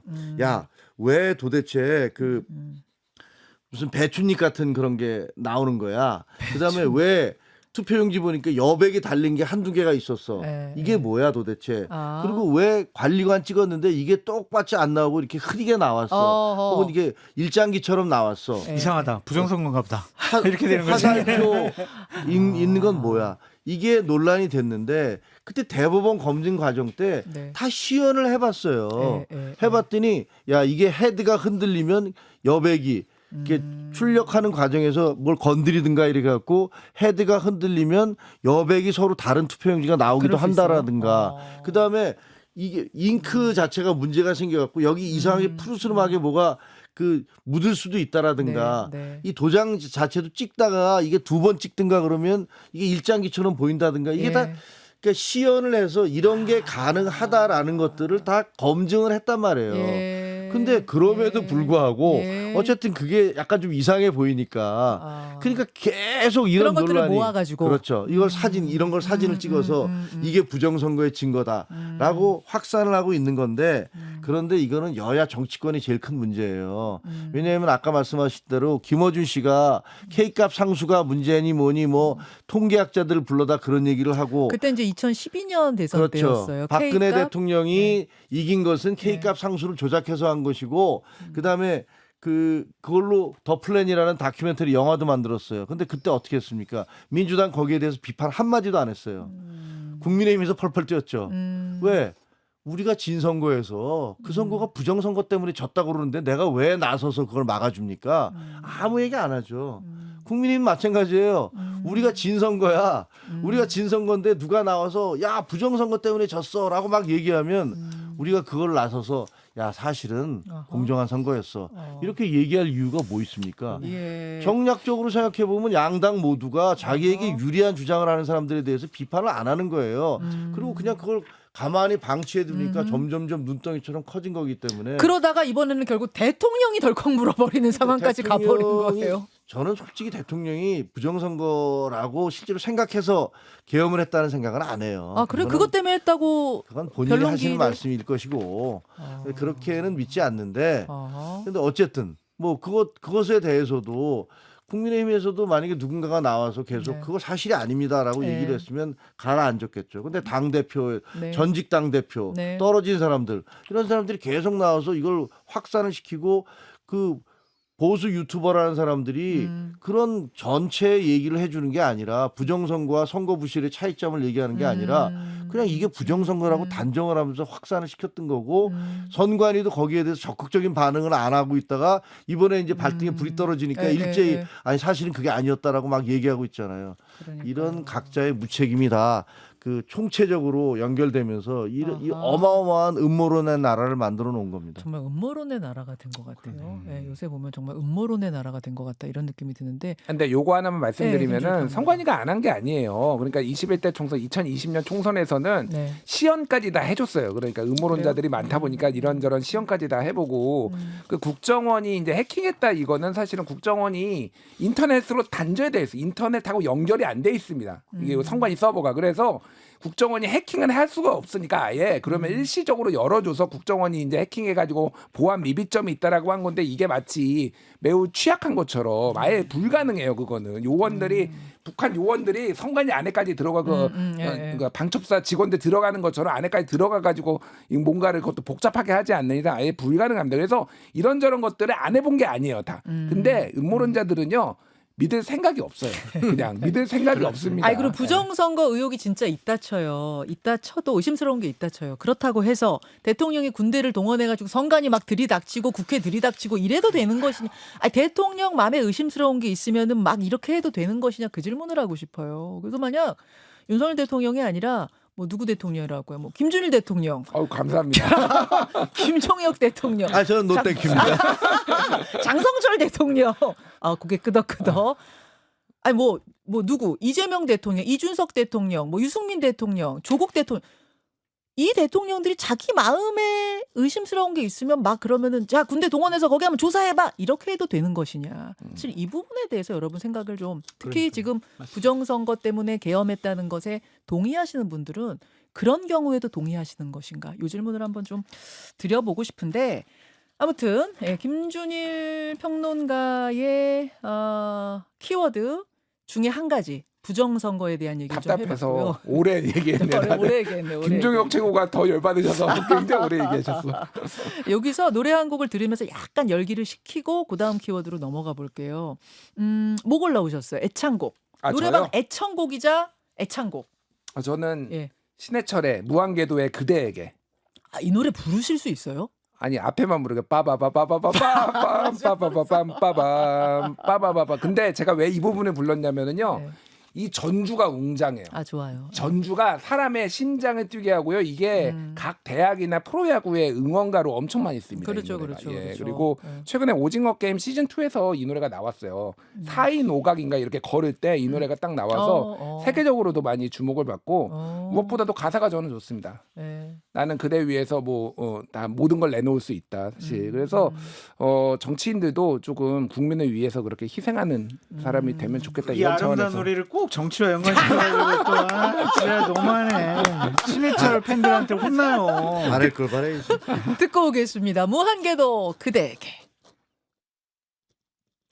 김현정의 뉴스쇼 설 특집 2025년을 말하다. 오늘 정치편 함께하고 있습니다. 이제 김종혁 전 국민의힘 최고위원의 설 밥상 키워드를 들어봐야 될 텐데 무슨 얘기들 많이 하실 것 같습니까? 두 사람 얘기할 것 같아요. 윤석열 대통령하고 이재명 대표 각자의 정치적인 견해나 처지에 따라서 아마 얘기들을 하실 텐데 근데 제가 사실 많이 들은 얘기는 둘 다 싫다예요. 둘 다 싫다. 둘 다 진짜 지긋지긋해. 뭐 이런 얘기들을 지금 많이 표정이 진짜 싫으신 것 같아요. 표정이 너무 네. 리얼해가지고. 아니 진짜로 그런 얘기를 많이 들었어요. 그래서 많이 들어서 뭐 지금 분위기가 그렇잖아요. 윤석열 대통령 같은 경우는 막 지금 비상계엄이라는 약간 좀 황당한 조치를 함으로써 무너져 내리고 있는 거 아니에요. 탄핵당하고 지금 구속돼 있고 그렇죠. 무너져 내렸는데 네. 그러면 이쪽에서는 이재명 대표는 와 만세를 불러야 되는데 사람들이 보기에는 당신은 뭘 이렇게 잘났어. 그 윤석열은 대통령직이라도 쫓겨나게 생겼는데 당신은 그동안에 범죄에 여러 가지 혐의 있는데 지금 이 상황을 노려서 내가 대통령 된 것처럼 뭐 만세 부르고 뭐 나라를 전부 다 뒤집어 놓겠다고? 나 그거를 못 보겠어. 이거잖아요. 그러니까 거기에 대한 반발이 느닷없이 국민의힘의 지지도 상승, 대통령에 대한 지지도 올라가고 이런 걸로 반영되고 있는 것 같아요. 근데 예. 다 싫다고들 뭐 조금 특히 법조 쪽에 있는 분들 보면 다 그런 비슷한 얘기 많이 하시더라고요. 이제 여론조사 이야기로 자연스럽게 넘어가게 되는. 지금 말씀하신 게 그냥 느낌을 말씀하신 게 아니라 아마 여론조사 데이터를 보면서 이런 말씀을 하신 게 아닌가. 저는 느낌으로 얘기했는데 데이터가 비슷하게 아니 나오는 근데 하신 거예요? 그런데 저는 이거 기시감이 든 게 네. 조선일보의 양상훈 주필이 1월 16일 날 칼럼 제목이 뭐냐면요. 윤석열, 이재명 둘 다 없어졌으면 이게 칼럼 제목이에요. 언제 칼럼 제목? 1월 16일 1월 얼마 안 16일. 됐어요. 예. 아. 최근에 그래서 보수 진영에서 많이 얘기하더라고요. 윤석열도 뭐 문제가 있지만은 이재명은 더 문제가 있는 거 아니냐 이렇게. 그러니까 8년 전 박근혜 전 대통령 탄핵 당시하고 지금을 비교했을 때 가장 크게 다른 점이 야당의 반사이익이 크지 않다는 거. 거지. 예, 야당의 반사이익이 크지 않다는 점이 그때와 지금이 가장 결정적으로 다른 점이다. 이렇게들 평론가들, 전문가들이 말씀하시더라고요. 예를 들어서 차기 대선 인식에 대한 여론조사를 YTN이 엠브레인 퍼블릭에 의뢰해서 했습니다. 1월 22, 23 이틀 동안 전화 면접 조사로 했고 자세한 내용은 지금부터 말하는 모든 여론조사는 중앙선거 여론조사 심의위원회를 참고하시면 되는데요. 도표 한번 보겠습니다. YTN의 차기 대선 인식 정권 연장을 해야 한다가 45%, 정권 교체를 해야 한다가 47%, 2%포인트 차이밖에 안 나요. 그러니까 계엄이 잘못됐다는 여론, 그래서 탄핵 소추까지 얼마나 빠르게 진행이 됐습니까? 그 여론하고 비교하면은 지금 이 이것은 어떻게 설명할 것이냐. 또 하나 국민의힘과 민주당의 당 지지율 조사도 다수의 조사에서 엎치락뒤치락 박빙을 보이고 있죠. 이거는 왜일까? 장 소장님 어떻게 보세요? 보수가 적극적으로 여론조사에 응답하고 있다. 이런 결론을 내릴 수밖에 없습니다. 각종 여론조사를 보면 나는 보수예요라고 하는 분들이 진보라고 하는 분들보다 100명에서 150명이 더 많아요. 그러니까 현재 우리가 체감하는 민심과는 다른 여론조사상의 수치가 나오는 것이 아니냐. 좀 그런 생각이 들고요. 지금 국민의힘의 진짜 여론은요. 얼마 전에 서울역에 가서 네. 국민의힘 지도부가 그렇게 외면당하고 손가락질 받고 여러 가지 욕설에 가까운 얘기 들은 것. 그것이 바로 현장 민심이라고 생각이 들어요. 그래서 이 보고서상의 여론을 갖고 국민의힘이 야 우리가 이대로 밀고 나가면 우리가 김문수 후보를 내보내더라도 우리가 정권 다시 재창출할 수 있어. 이런 착각에 빠지면 안 된다라고 말씀을 드리고 싶고요. 실질적으로 지난주 금요일에 있었던 갤럽의 여론조사를 보면 거기서도 국민의힘과 민주당의 정당 지지도는 2%밖에 차이가 안 났지만 제가 주목하는 여론조사 내용은 이렇습니다. 그 조사에서 네. 정권 교체해야 됩니다. 50%, 정권 연장해야 됩니다. 40%예요. 10%가 더 높아요. 탄핵 찬성합니다가 59%고요. 탄핵 반대가 36이에요. 네네. 국민의힘을 비신뢰한다, 신뢰하지 못한다가 64%고요. 신뢰합니다가 31%예요. 이게 바로 국민들이 국민의힘을 바라보는 실질적인 여론이고 마음이다. 그렇게 말씀드립니다. 네. 자, 장 소장님은 과표집 때문이다 이렇게 보셨고요. 김준일 평론가. 여러 여론조사가 있는데 그 중앙일보가 의뢰해서 한국갤럽이 1월 23일, 24일 조사 보면은요. 대선 결과 기대에 대해서는 정권 교체 51, 그리고 정권 유지 42. 그러니까 아까 전에 YTN하고 그거보다는 더 벌어져 있어요. 아까 전에 47, 45였잖아요. 예, 그러니까 예. 2%포인트밖에 안 나는데 이거는 9%포인트니까 오차범위 밖으로 나갔고요. 윤석열 대통령 탄핵 찬성 반대도 탄핵 찬성이 60, 반대가 35. 그러니까 탄핵에 대해서는 훨씬 많은 사람이 찬성하고 정권 교체에 대해서는 조금 더 그거보다는 줄어들지만은 더 많고 하지만은 대선으로 가면은 이제 비슷비슷하거나 이재명 대표가 조금 누구랑 붙든 조금 높거나 이 정도예요. 당연한 결과입니다, 사실은. 그러니까 왜 당연한 결과냐면은요. 결국은 이게 대선 국면이 되면은요. 사실 양자 구도가 될 경우에는 48대 52 게임이에요. 그게 이제 2012년에 이제 문재인 박근혜 그때 이제 48대 52는 그 정도 나왔거든요. 지난번에 나온 뭐 이재명 윤석열은 초박빙이라서 0.73%포인트밖에 차이가 안 났고 그래서 지금 점화가 된 상황이에요. 조기 대선 국면이. 조기 대선이 국면이 이제 점화가 됐는데 사실은 지금 중도층이 어느 정도 이제 응답을 하느냐가 되게 중요해요. 그리고 중도층이 어떻게 바라보느냐가 되게 중요한데 이게 SBS 입소스 여론조사가 있어요. 네네. 입소스 SBS가 의뢰해서 입소스가 이제 조사를 한 건데 언제부터 언제까지 조사했어요? 1월 23일부터 25일까지 만 18세 이상 남녀 1,004명을 대상으로 전화 면접 조사를 한 건데요. 네네. 여기에서 정당 지지도가 39대 39거든요. 그런데 중도층한테 물어보니까 정당 지지도가 민주당 40, 국민의힘 29. 그리고 중도층의 차기 대선 인식은 야당으로의 정권 교체 55, 여당으로의 정권 재창출 36 이렇게 나오고요. 이거는 그러니까 중도라고 스스로 밝힌 응답자만 대상으로 했을 그렇죠. 때. 아. 그러니까 결국은 이게 양당 체제로 이제 할 경우에는 중도가 중요하잖아요. 그러니까 국민의힘이 지금 착시가 있다 지금 이 상황에서. 그래서 이 유승민 전 의원이 독약이다라고 한 게 아주 틀린 말은 아니에요 지금. 그러니까 이게 지금 근데 그렇다고 완전히 노선 변경을 해서 탄핵 찬성을 하자니 지금 보수가 지금 결집이 와야 될 것 같고. 그러니까 이도 저도 못하고 그냥 이대로 끌려가다가 무난하게 지는 결과가 나올 수도 있겠다 이 생각이 드네요.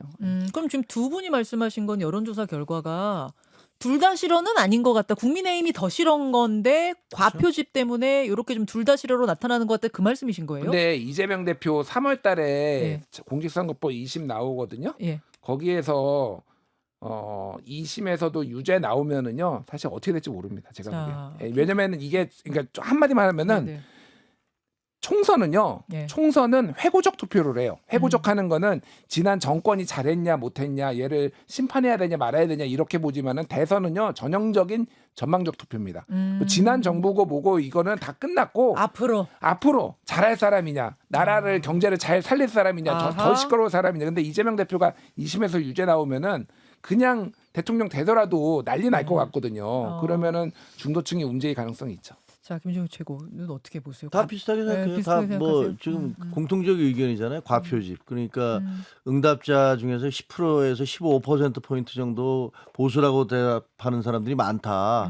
그러니까 뭐 당연히 보수 쪽이 더 강해질 것이고, 그다음에 ARS 조사의 문제가 좀 있잖아요. 그러니까 ARS 조사 응답률 뭐 5%와 되게 7, 8% 정도, 낮으면 2%까지 있는데, 그리고 그거는 ARS 조사를 할 때는요, 70대가 몇 세십니까? 기계음으로 나갈 때 내가 70대라고 하면 안 되겠어. 20대 이렇게 누르면은 그냥 그건 모르잖아요. 모르죠. 20대가 70대라고 얘기해도 몰라요. 사시는 지역은 그럼 내가 어디라고 얘기하면 안 할 테니까 되게 제주도 뭐 어디 뭐 이렇게 좀 떨어진대.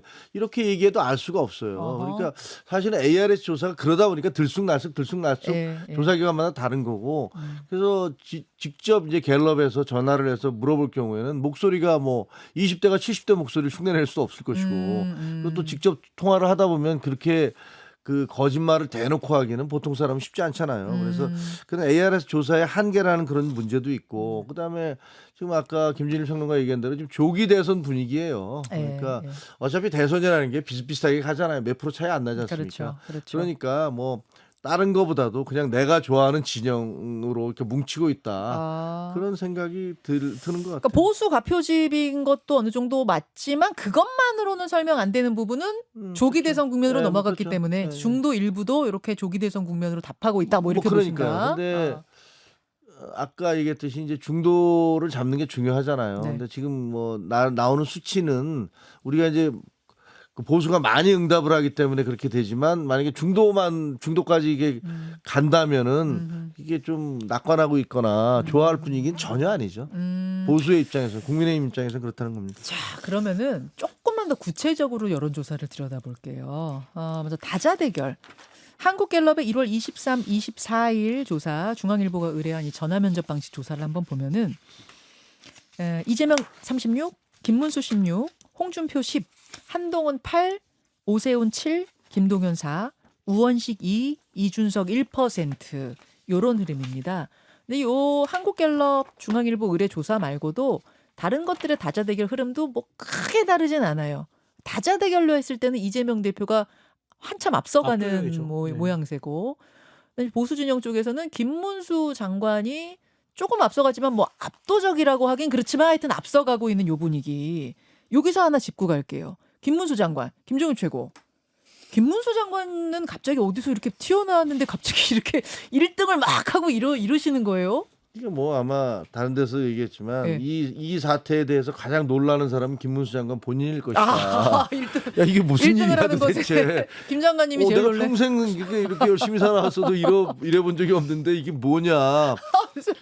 굉장히 놀라실 것 같아요. 본인이 제일 놀라실 이건 거다. 어떻게 보면 이제 김문수 장관이 했던 거는 지난번에 국회에서 다 같이 일어나서 사과하세요라고 이제 야당이 막 그 윽박 질렀을 때 나는 그렇게 못해라고 그냥 앉아 계셨고, 그렇죠. 다른 분이 일어나서 국무위원들 사과를 했었잖아요. 그리고 본인이 가장 윤석열 대통령과 가깝다라는 메시지를, 나는 의리를 지키는 사람이다, 뭐 이런 식의, 그게 의리인지는 모르겠어요. 아하. 그리고 그게 지켜져야 될 의리인지도 모르겠어요. 하지만 그런 얘기를 계속 하고 있기 때문에 이 부분은 아마 그 강성 그 지금 지지자들, 그 우리 당의 강성 지지자들, 이런 분들이 모두 다 한꺼번에, 한때는 뭐 홍준표 시장한테 갔다가 오세훈 시장한테 갔다가 뭐 왔다 갔다 하다가 한동훈이라는 원톱이 갑자기 사라져버린 다음에 그 다음에 갈 곳 없이 왔다 갔다 하다가 이제 김문수 장관님한테 간 것 같은데, 문제는 이게 지속 가능성이잖아요. 그렇죠. 본인이 직접 나와서 말을 하기 시작했을 때 과연 사람들이 어떻게 받아들이냐. 만약에 이 찍은 분들 중에서 김문수 장관에 대해서 자세히 아는 분들은 또 얼마나 될까도 좀 의문은 돼요. 왜냐하면 그렇게 대중적인 분은 아니시잖아요. 그렇죠. 그분들이 똘똘 뭉쳐서 지금 밀고 있는 게 조수치로 나타나는 것이다. 동의하세요? 예, 뭐 이게 방금 중앙일보 갤럽, 한국갤럽 그 여론조사제가 양자 대결을 좀 말씀드릴게요. 이재명 대 오세훈은 이재명 46, 오세훈 43. 네. 이재명 대 홍준표는 이재명 45, 홍준표 42. 네. 이재명 대 김문수는 이재명 47, 김문수 38. 예. 뭐 다 제가 다를 읽을까요? 이재명 대 안철수는 이재명 44, 안철수 37. 이재명 대 유승민은 이재명 42, 유승민 35. 이재명 대 이준석은 이재명 47, 이준석 26. 이재명 대 한동훈은 이재명 46, 한동훈 34. 여기에서 이제 눈에 띄는 게 얘기를 해봐야 되는 게 제가 말하고 싶은 거는 네. 김문수하고 유승민이에요. 반대 이유로 상대적으로 경쟁력이 떨어져요. 무슨 얘기냐면은 김문수는요. 네. 김문수 후보는 중도 확장력이 떨어져서 지금 다른 오세훈이나 홍준표 두 사람보다도 지금 경쟁력이 상대적으로 떨어져 보이고요. 유승민 전 의원은 보수 결집력이 떨어져서 상대적으로 떨어져 보여요. 다시 한 번만 보여주세요. 예. 표를. 예. 그러니까 지금 이재명 대 오세훈은 오차범위 아니에요. 예. 이재명 대 홍준표도 마찬가지고. 예. 그런데 이 두 사람은 이제 그러니까 시장이잖아요. 그러니까 그렇죠. 특별시장, 광역시장이잖아요. 그러니까 이 사람은 행정 경험도 있고 인지도도 있고 그러니까 중도에서도 어느 정도 표를 가질 수 있고 보수에서도 결집력이 많이 떨어지잖아요. 특히 오세훈 시장 같은 경우에는 탄핵을 찬성하고 계엄이 문제라고 했음에도 불구하고 당내에서의 안티가 별로 없어요. 그러니까 목숨 걸고 막아야 되겠다 오세훈을 예를 들면은. 그런데 유승민 의원 같은 경우에는 중도 확장력은 있는데 보수에서 지금 유승민이 맞닥지 않은 거야. 물론 이게 실제 유승민이 후보가 되면은 결집할 가능성이 있어요. 그리고 그거는 본인이 넘어야 될 산이에요. 그러니까 소위 말해서 배신자의 프레임. 하지만은 지금은 유승민이 표가 안 나오는 데는 보수에서 안 찍는 거죠. 그러니까 같은 이유로 한동훈 전 대표도 지금 다시 보여주세요. 예. 거의 비슷해요. 한동훈. 이재명 46대 한동훈 34가 나오고 있거든요. 예. 그 같은 이유라고 보시는 비슷한 거예요. 맥락이고. 근데 그러니까 이재명, 김문수 장관은 지금 보수에서 열광적으로 표를 줌에도 불구하고 지금 안 되는 이유가 여기에서 이제 문제가 드러나는 거예요. 그래서 김문수면은 땡큐다. 이 민주당에서는 그런 김문수 얘기가- 후보였으면 좋겠다. 예, 왜냐하면은 그러면 윤석열 대통령 사면할 겁니까? 이거부터 물어볼 거예요. 그러면은 윤석열이 만약에 유죄 확정이 안 된 상황이지만 윤석열이 나온다? 사람들 경기를 일으킬 거려. 그러니까 그런 이제 공격적으로 이제 나갈 수가 있는 거죠. 그러면 이제 앞으로 봐야 될 건 이거네요. 다자 대결 별로 의미 없고 양자 대결.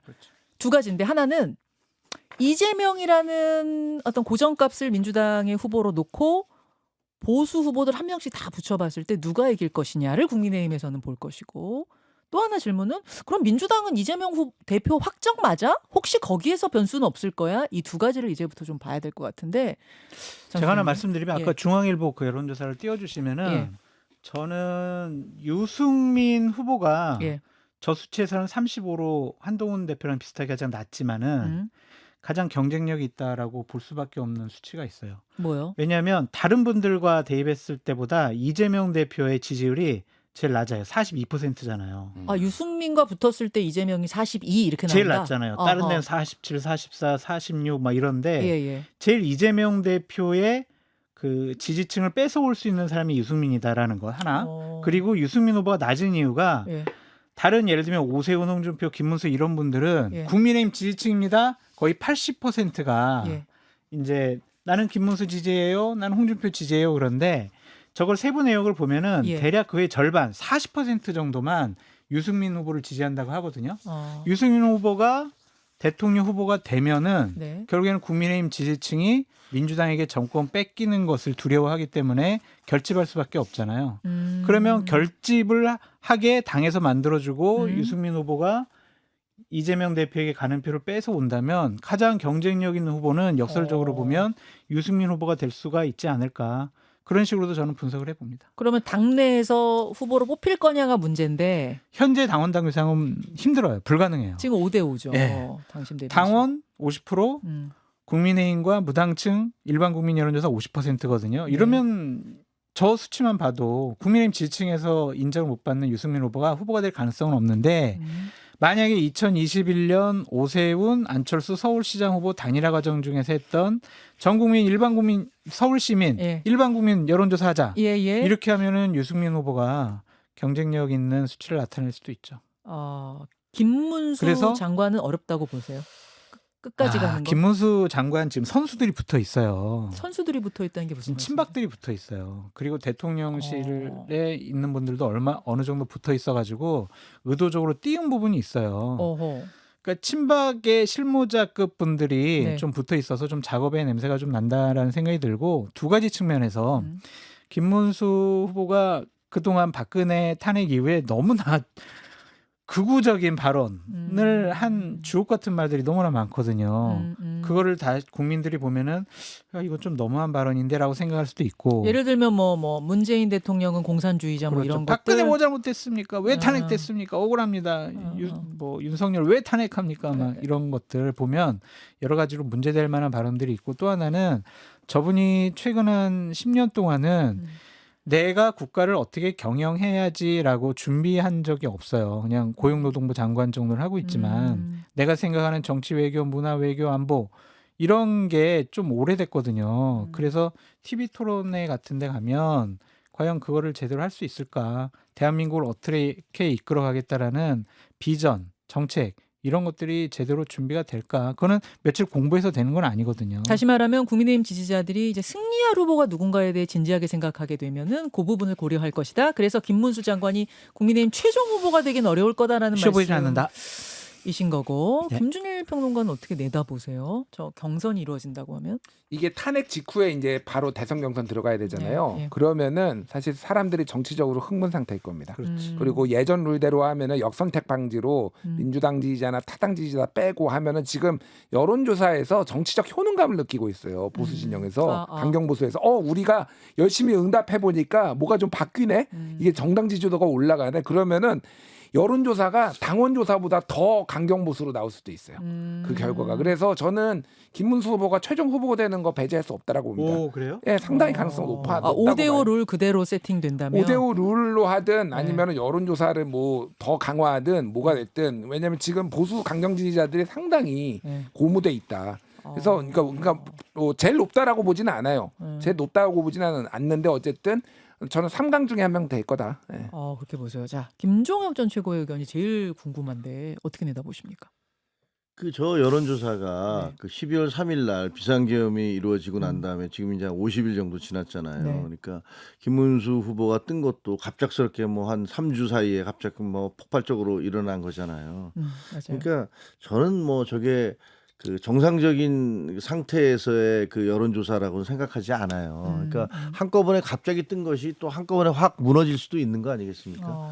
결국은 그 앞으로 이제 중요한 포인트가 뭐냐면 예. 결국은 키는 윤석열 대통령이 쥐고 있다고 봐요. 윤석열 대통령이 쥐고 있다고요? 왜냐하면 윤석열 대통령의 탄핵 심판과 예. 법정 그 재판이 거기서 과연 어떤 것들이 나오느냐. 예를 들면 윤석열 대통령이 지난번 이제 헌법재판소에 2번 나왔잖아요. 네. 근데 저는 느낌이 그 2번 나온 다음에 그 국민의힘 지지층, 강성 지지층이 상당히 좀 약간 실망을 했어요. 대통령이 나와갖고 뭔가 멋진 그 부정선거에 대해서 확실하게 깰 수 있는 뭔가를 헌법재판관들을 꼼짝 못하게 이렇게 혼내갖고 그래서 결국은 뭐 야 역시 헌법재판 이거 탄핵 신고 잘못됐구나 라는 생각을 해줄 줄 알았는데. 그렇게 할 줄 알았는데 좀 이상하네. 책임을 다 그냥 딴 사람들한테 돌리고 부정선거도 내가 뭐 꼭 했다는 게 아니라 그거를 팩트를 좀 확인하기 위해서 이런 식으로 근데 이게 아마 계속될 거예요. 그러면 저는 이제 앞으로 그 재판 과정에서 또 이런 게 계속 나올 거란 말이에요. 그러면 사람들이 보기에 그 금방 만들어진 환상은 금방 깨지게 돼 있어요. 그리고 부정선거에 대한 것도 이제 계속 논란이 될 거예요. 네. 그러면 저는 완전히 다른 판이 만들어질 거라고 생각을 해요. 하하. 그래서 이게 뭐지? 우리가 알고 있던 게 사실이 아니었던 거야? 라고 그런 생각이 들면은 아마 예. 그런 것들을 이끌고 갔던 사람들에 대한 대단한 어떤 그 반발과 예, 그리고 예. 그런 것들에 대한 거부감이 생겨날 수도 있어요. 물론 아주 소수의 무슨 뭐 자통당 계열의 분들이나 뭐 그분들 중에서 저희하고 같이 그 이중 당적을 가진 분들도 많이 있는 것 같아요. 근데 그런 분들이 어쩔 수 없다라고 치더라도 저는 글쎄 반대 분위기가 그러니까 역풍이 불 것이다 이렇게 저는 보시는 역풍이 불 수밖에 거예요. 없다고 탄핵 봐요. 심판이 계속 되면 될수록 그렇게 됐을 경우에 뜰 수 있는 후보는 계엄에 대해서도 문제 제기를 계속했고 탄핵에 대해서도 필요하다고 했던 후보 추려보자면 한동훈, 오세훈, 유승민, 안철수 정도가 그렇죠. 될 것 그런 같은데 정도의 후보들이 될 것이고 네. 그리고 그 전국에서 과연 누가 얼마나 적극적이고 주도적으로 자기에게 주어진 역사적 책무를 했느냐라는 것들이 그게 그게 논쟁이 될 거예요. 그러면 여기서 잠깐 좀 짚고 가야 될 사람이 뭐 다른 분들이야 지금 방송 활동도 하고 당 활동도 하고 그러시니까 그런데 한동훈 전 대표는 네. 한동훈 전 대표는 이제 당 대표 그만둔 다음에 계속 수면 아래에 있었잖아요. 그렇습니다. 그러다가 최근에 그 스타 땡땡에서 지지자에 의해서 사진 한 장이 노출이 됐고 그다음에 진종호 의원이 자기 페이스북에다가 최근에 같이 찍은 사진 하나 올렸어요. 최근에 만났다고 하면서 그렇습니다. 움직이시는 건가요, 한동훈 전 대표? 아니 사실 계속 움직이고 있죠. 계속 움직이고야 이게 알려지지가 않아서 그런 집에 거지. 숨어 있는 건 아니지만. 아니 그뭘 숨어 있겠어요. 정계 은퇴 선언한 것도 아니고 어. 본인 계속 움직이고 있는데 여러 사람들이 만나자고 해서 만나고도 있고 친구들도 만나고 또 음. 다른 정치권에 있는 분들도 만나고 제가 알기엔 그러고 있는데 그것을 뭐 그 공개하지 않아서 뿐이죠. 그 스타 땡땡에 간 건 제가 물어봤어요. 왜 갑자기 그런 사진이 나오냐 그랬더니 예. 아 진짜 커피 마시고 싶어서 진짜 갔었는데 커피 마시고 그걸 찍어갖고 근데 저도 몇 군데 같이 다녀본 적이 있는데 예, 예. 그 와서 젊은 사람들이 막 사진 찍자고 그래서 찍어요 많이. 예. 근데 그걸 아. 다 올리지는 않잖아요. 아. 그러니까 어떤 분은 올리면 또 지난번에도 어디 식당에서 있었는데 뭐 여러분하고 같이 있는 게 찍은 게 나왔더라고요. 예, 예, 그래서 예. 이분들은 뭐냐고 그랬더니 모르는 분들이라고 그러더라고요. 근데 그냥 식당에서 찍자고 그래서 밥 먹고 나오다가 네. 식당에서 해서 찍었는데 그분이 이제 자기 거기다 올리니까 네. 그게 뭐 여기서 무슨 그런 모임 한 거야? 뭐 지지자 모임 한 거야? 그런 건 아니었어요. 그러니까 일부러 슬슬 좀 언론에 노출시키려고 뭐 스타 땡땡이 움직인 거 이건 아니라는 말씀. 아니 하려면은 정식으로 나와서 하지 뭐 그렇게 어줍지 않게 그런 행동을 해갖고 그건 알겠고요. 그러면 본격적으로 등판할 시기. 그러니까 대선 나올 생각은 있는 거죠, 한 대표.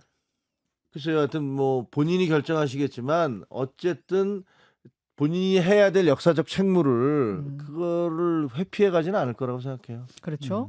그 시기는 언제쯤이 될 거라고 보십니까? 글쎄요, 이제 뭐 너무 늦으면 안 되겠죠. 어쨌든 지금 구정 설 우리가 연휴 끝나고 나잖아요. 네.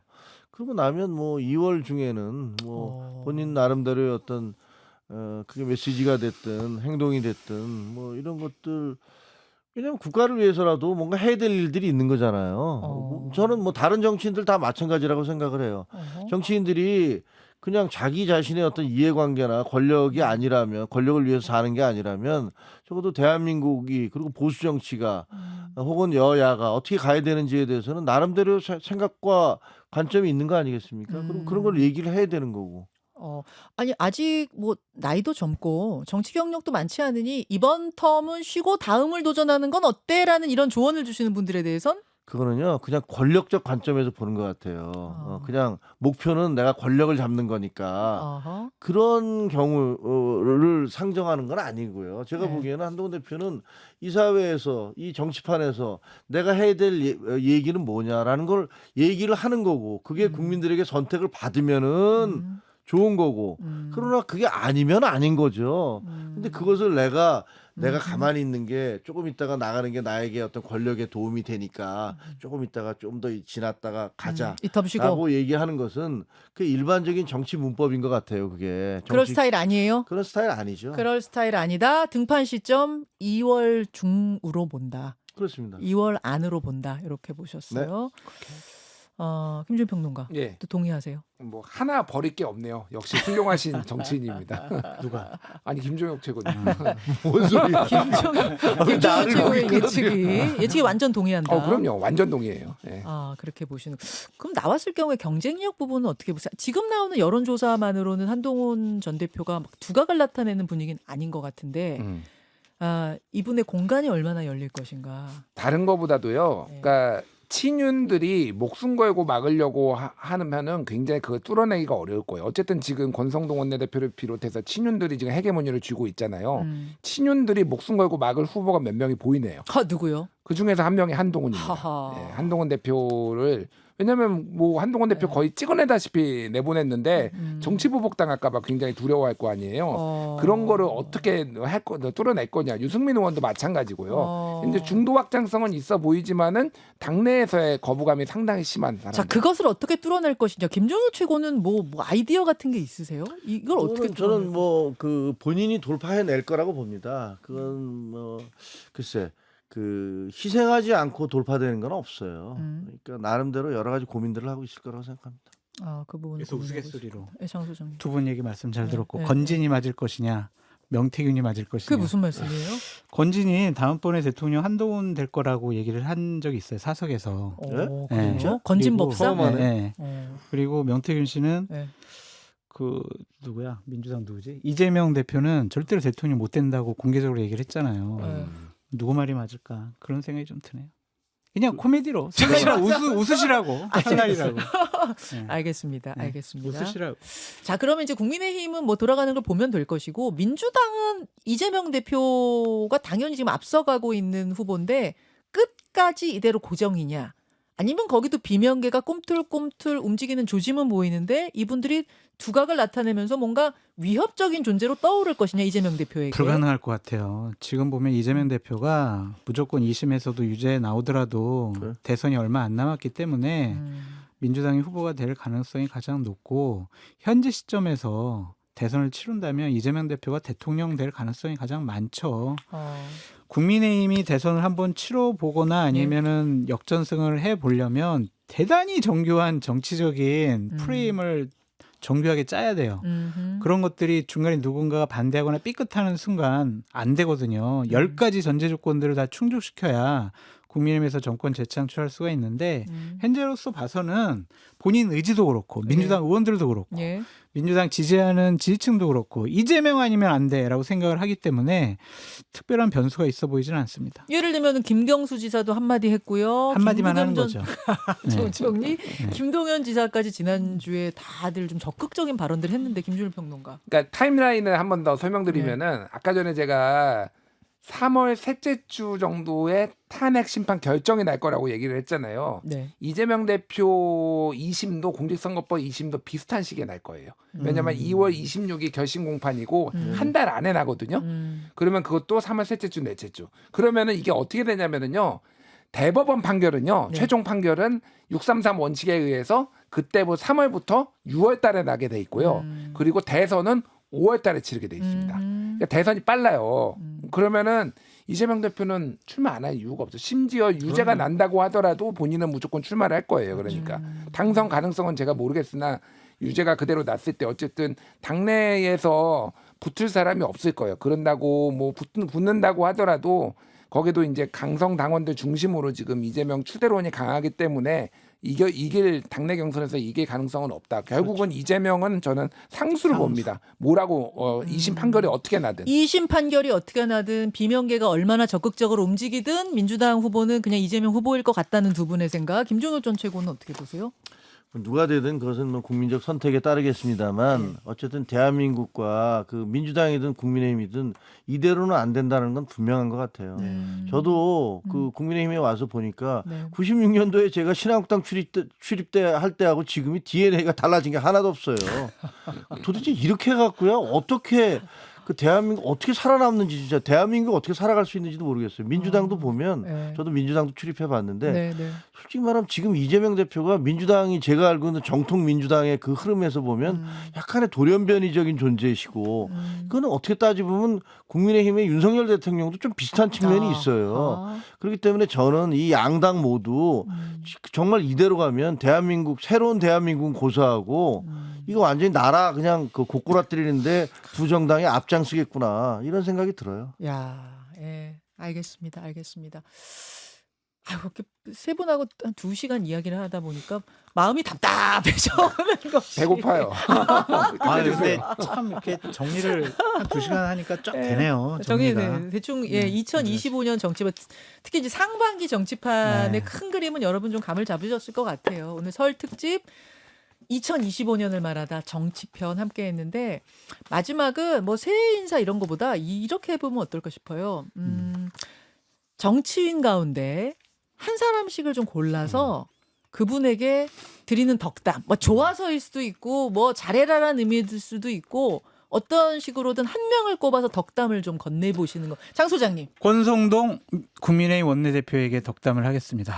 권 대표님 막중한 사명감과 책임감 가지시고요. 윤석열 대통령 부부와 현명하게 차별화하는 거리두게 하는 그런 정치력을 잘 보여주시기 바랍니다. 네, 권성동 원내대표한테 예. 편지 쓰셨어요. 김준일 지지자가 서울역에서 내란 빨갱이라고 욕하는데 자, 힘내시길 바라고요. 저는 사실 2명 했는데 한 명은 네. 김상욱 의원이고요.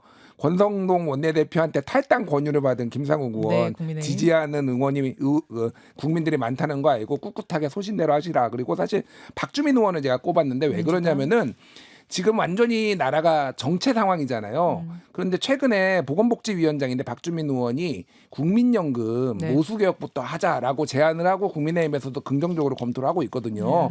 싸우든 뭐든 할 일은 해야 된다. 박주민 의원 그래서 잘하신다. 그런 것들 여야 합의로 또 할 수 있는 거는 빨리빨리 했으면 좋겠다. 이런 마음에서 응원합니다. 좋습니다. 김종혁 전 최고는 누구에게 덕담을? 저는 뭐 한동훈 전 대표한테 할 건데요. 네. 용기와 끈기를 가지고 보수를 바꿔달라 이렇게 얘기하고 싶습니다. 아, 좋습니다. 좋습니다.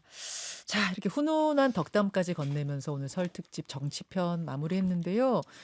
누구 노래가 장 소장님의 애청곡이자 애창곡이 남았는데 일단 어떤 곡 제가 골라주셨어요? 국회 있을 때부터 계속 네. 불렀던 노래고 네. 저 정치인들에게 꼭 들려주고 싶은 노래. 근데 여러분 이대로만 해라. 이대로만. 이대로만 해라 하면서 아까 전 장수님 저한테 오더니 이러시는 거예요. 저 노래 직접 불러도 돼요. 아니 이제 골라오라고 하셨는데 듣고 싶지 않아요. 차에 가서 거야 지금? 뭐야? 지금 선글라스 뭐야? 끼셨어요. 준비를 해오신 거죠, 선글라스를? 네. 와 세상에. 예, 예. 자 어떤 노래인지 우리 기대하면서 저 PD님 A 마이너, B 마이너 두 분만 낮춰주시고요. 자, 에코를 좀 빵빵하게 넣어주시면서 노래가 끝날 때쯤에 저희가 그 노래 원곡을 깔아드리는 또 멋진 퍼포먼스를 준비하고 있습니다. 그대의 연예인이 되어 항상 즐겁게 해줄게요. 연기와 노래해 코미디까지 다 해줄게. 그대의 연예인이 되어 평생을 웃게 해줄게요. 언제나 처음 같은 마음으로 난 그대 연예인. 언제나 처음 출마했을 때처럼, 처음 국회의원 당선됐을 처럼 정치인들 제발 국민들에게 기쁨과 환호만 주시기 바랍니다. 자, 부인한테 프로포즈 할 때 했던 노래 같은데 아무리 봐도. 국회에서 회식할 때. 싸이의 연예인 들으면서 세 분과 인사드리겠습니다. 세 분 오늘 고맙습니다. 네, 감사합니다. 감사합니다. 새해 복 많이 새해 받죠. 복 많이 받으세요. 설 특집 김현정의 뉴스쇼 오늘은 여기까지고요. 내일은 설 특집 경제편 준비했습니다. 내일 아침 7시 10분 다시 뵙죠. 고맙습니다.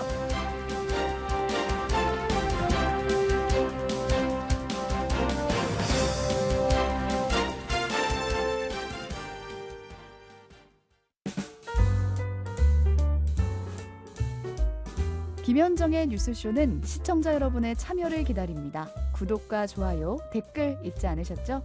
알림 설정을 해두시면 평일 아침 7시 10분 실시간 라이브도 참여하실 수 있습니다.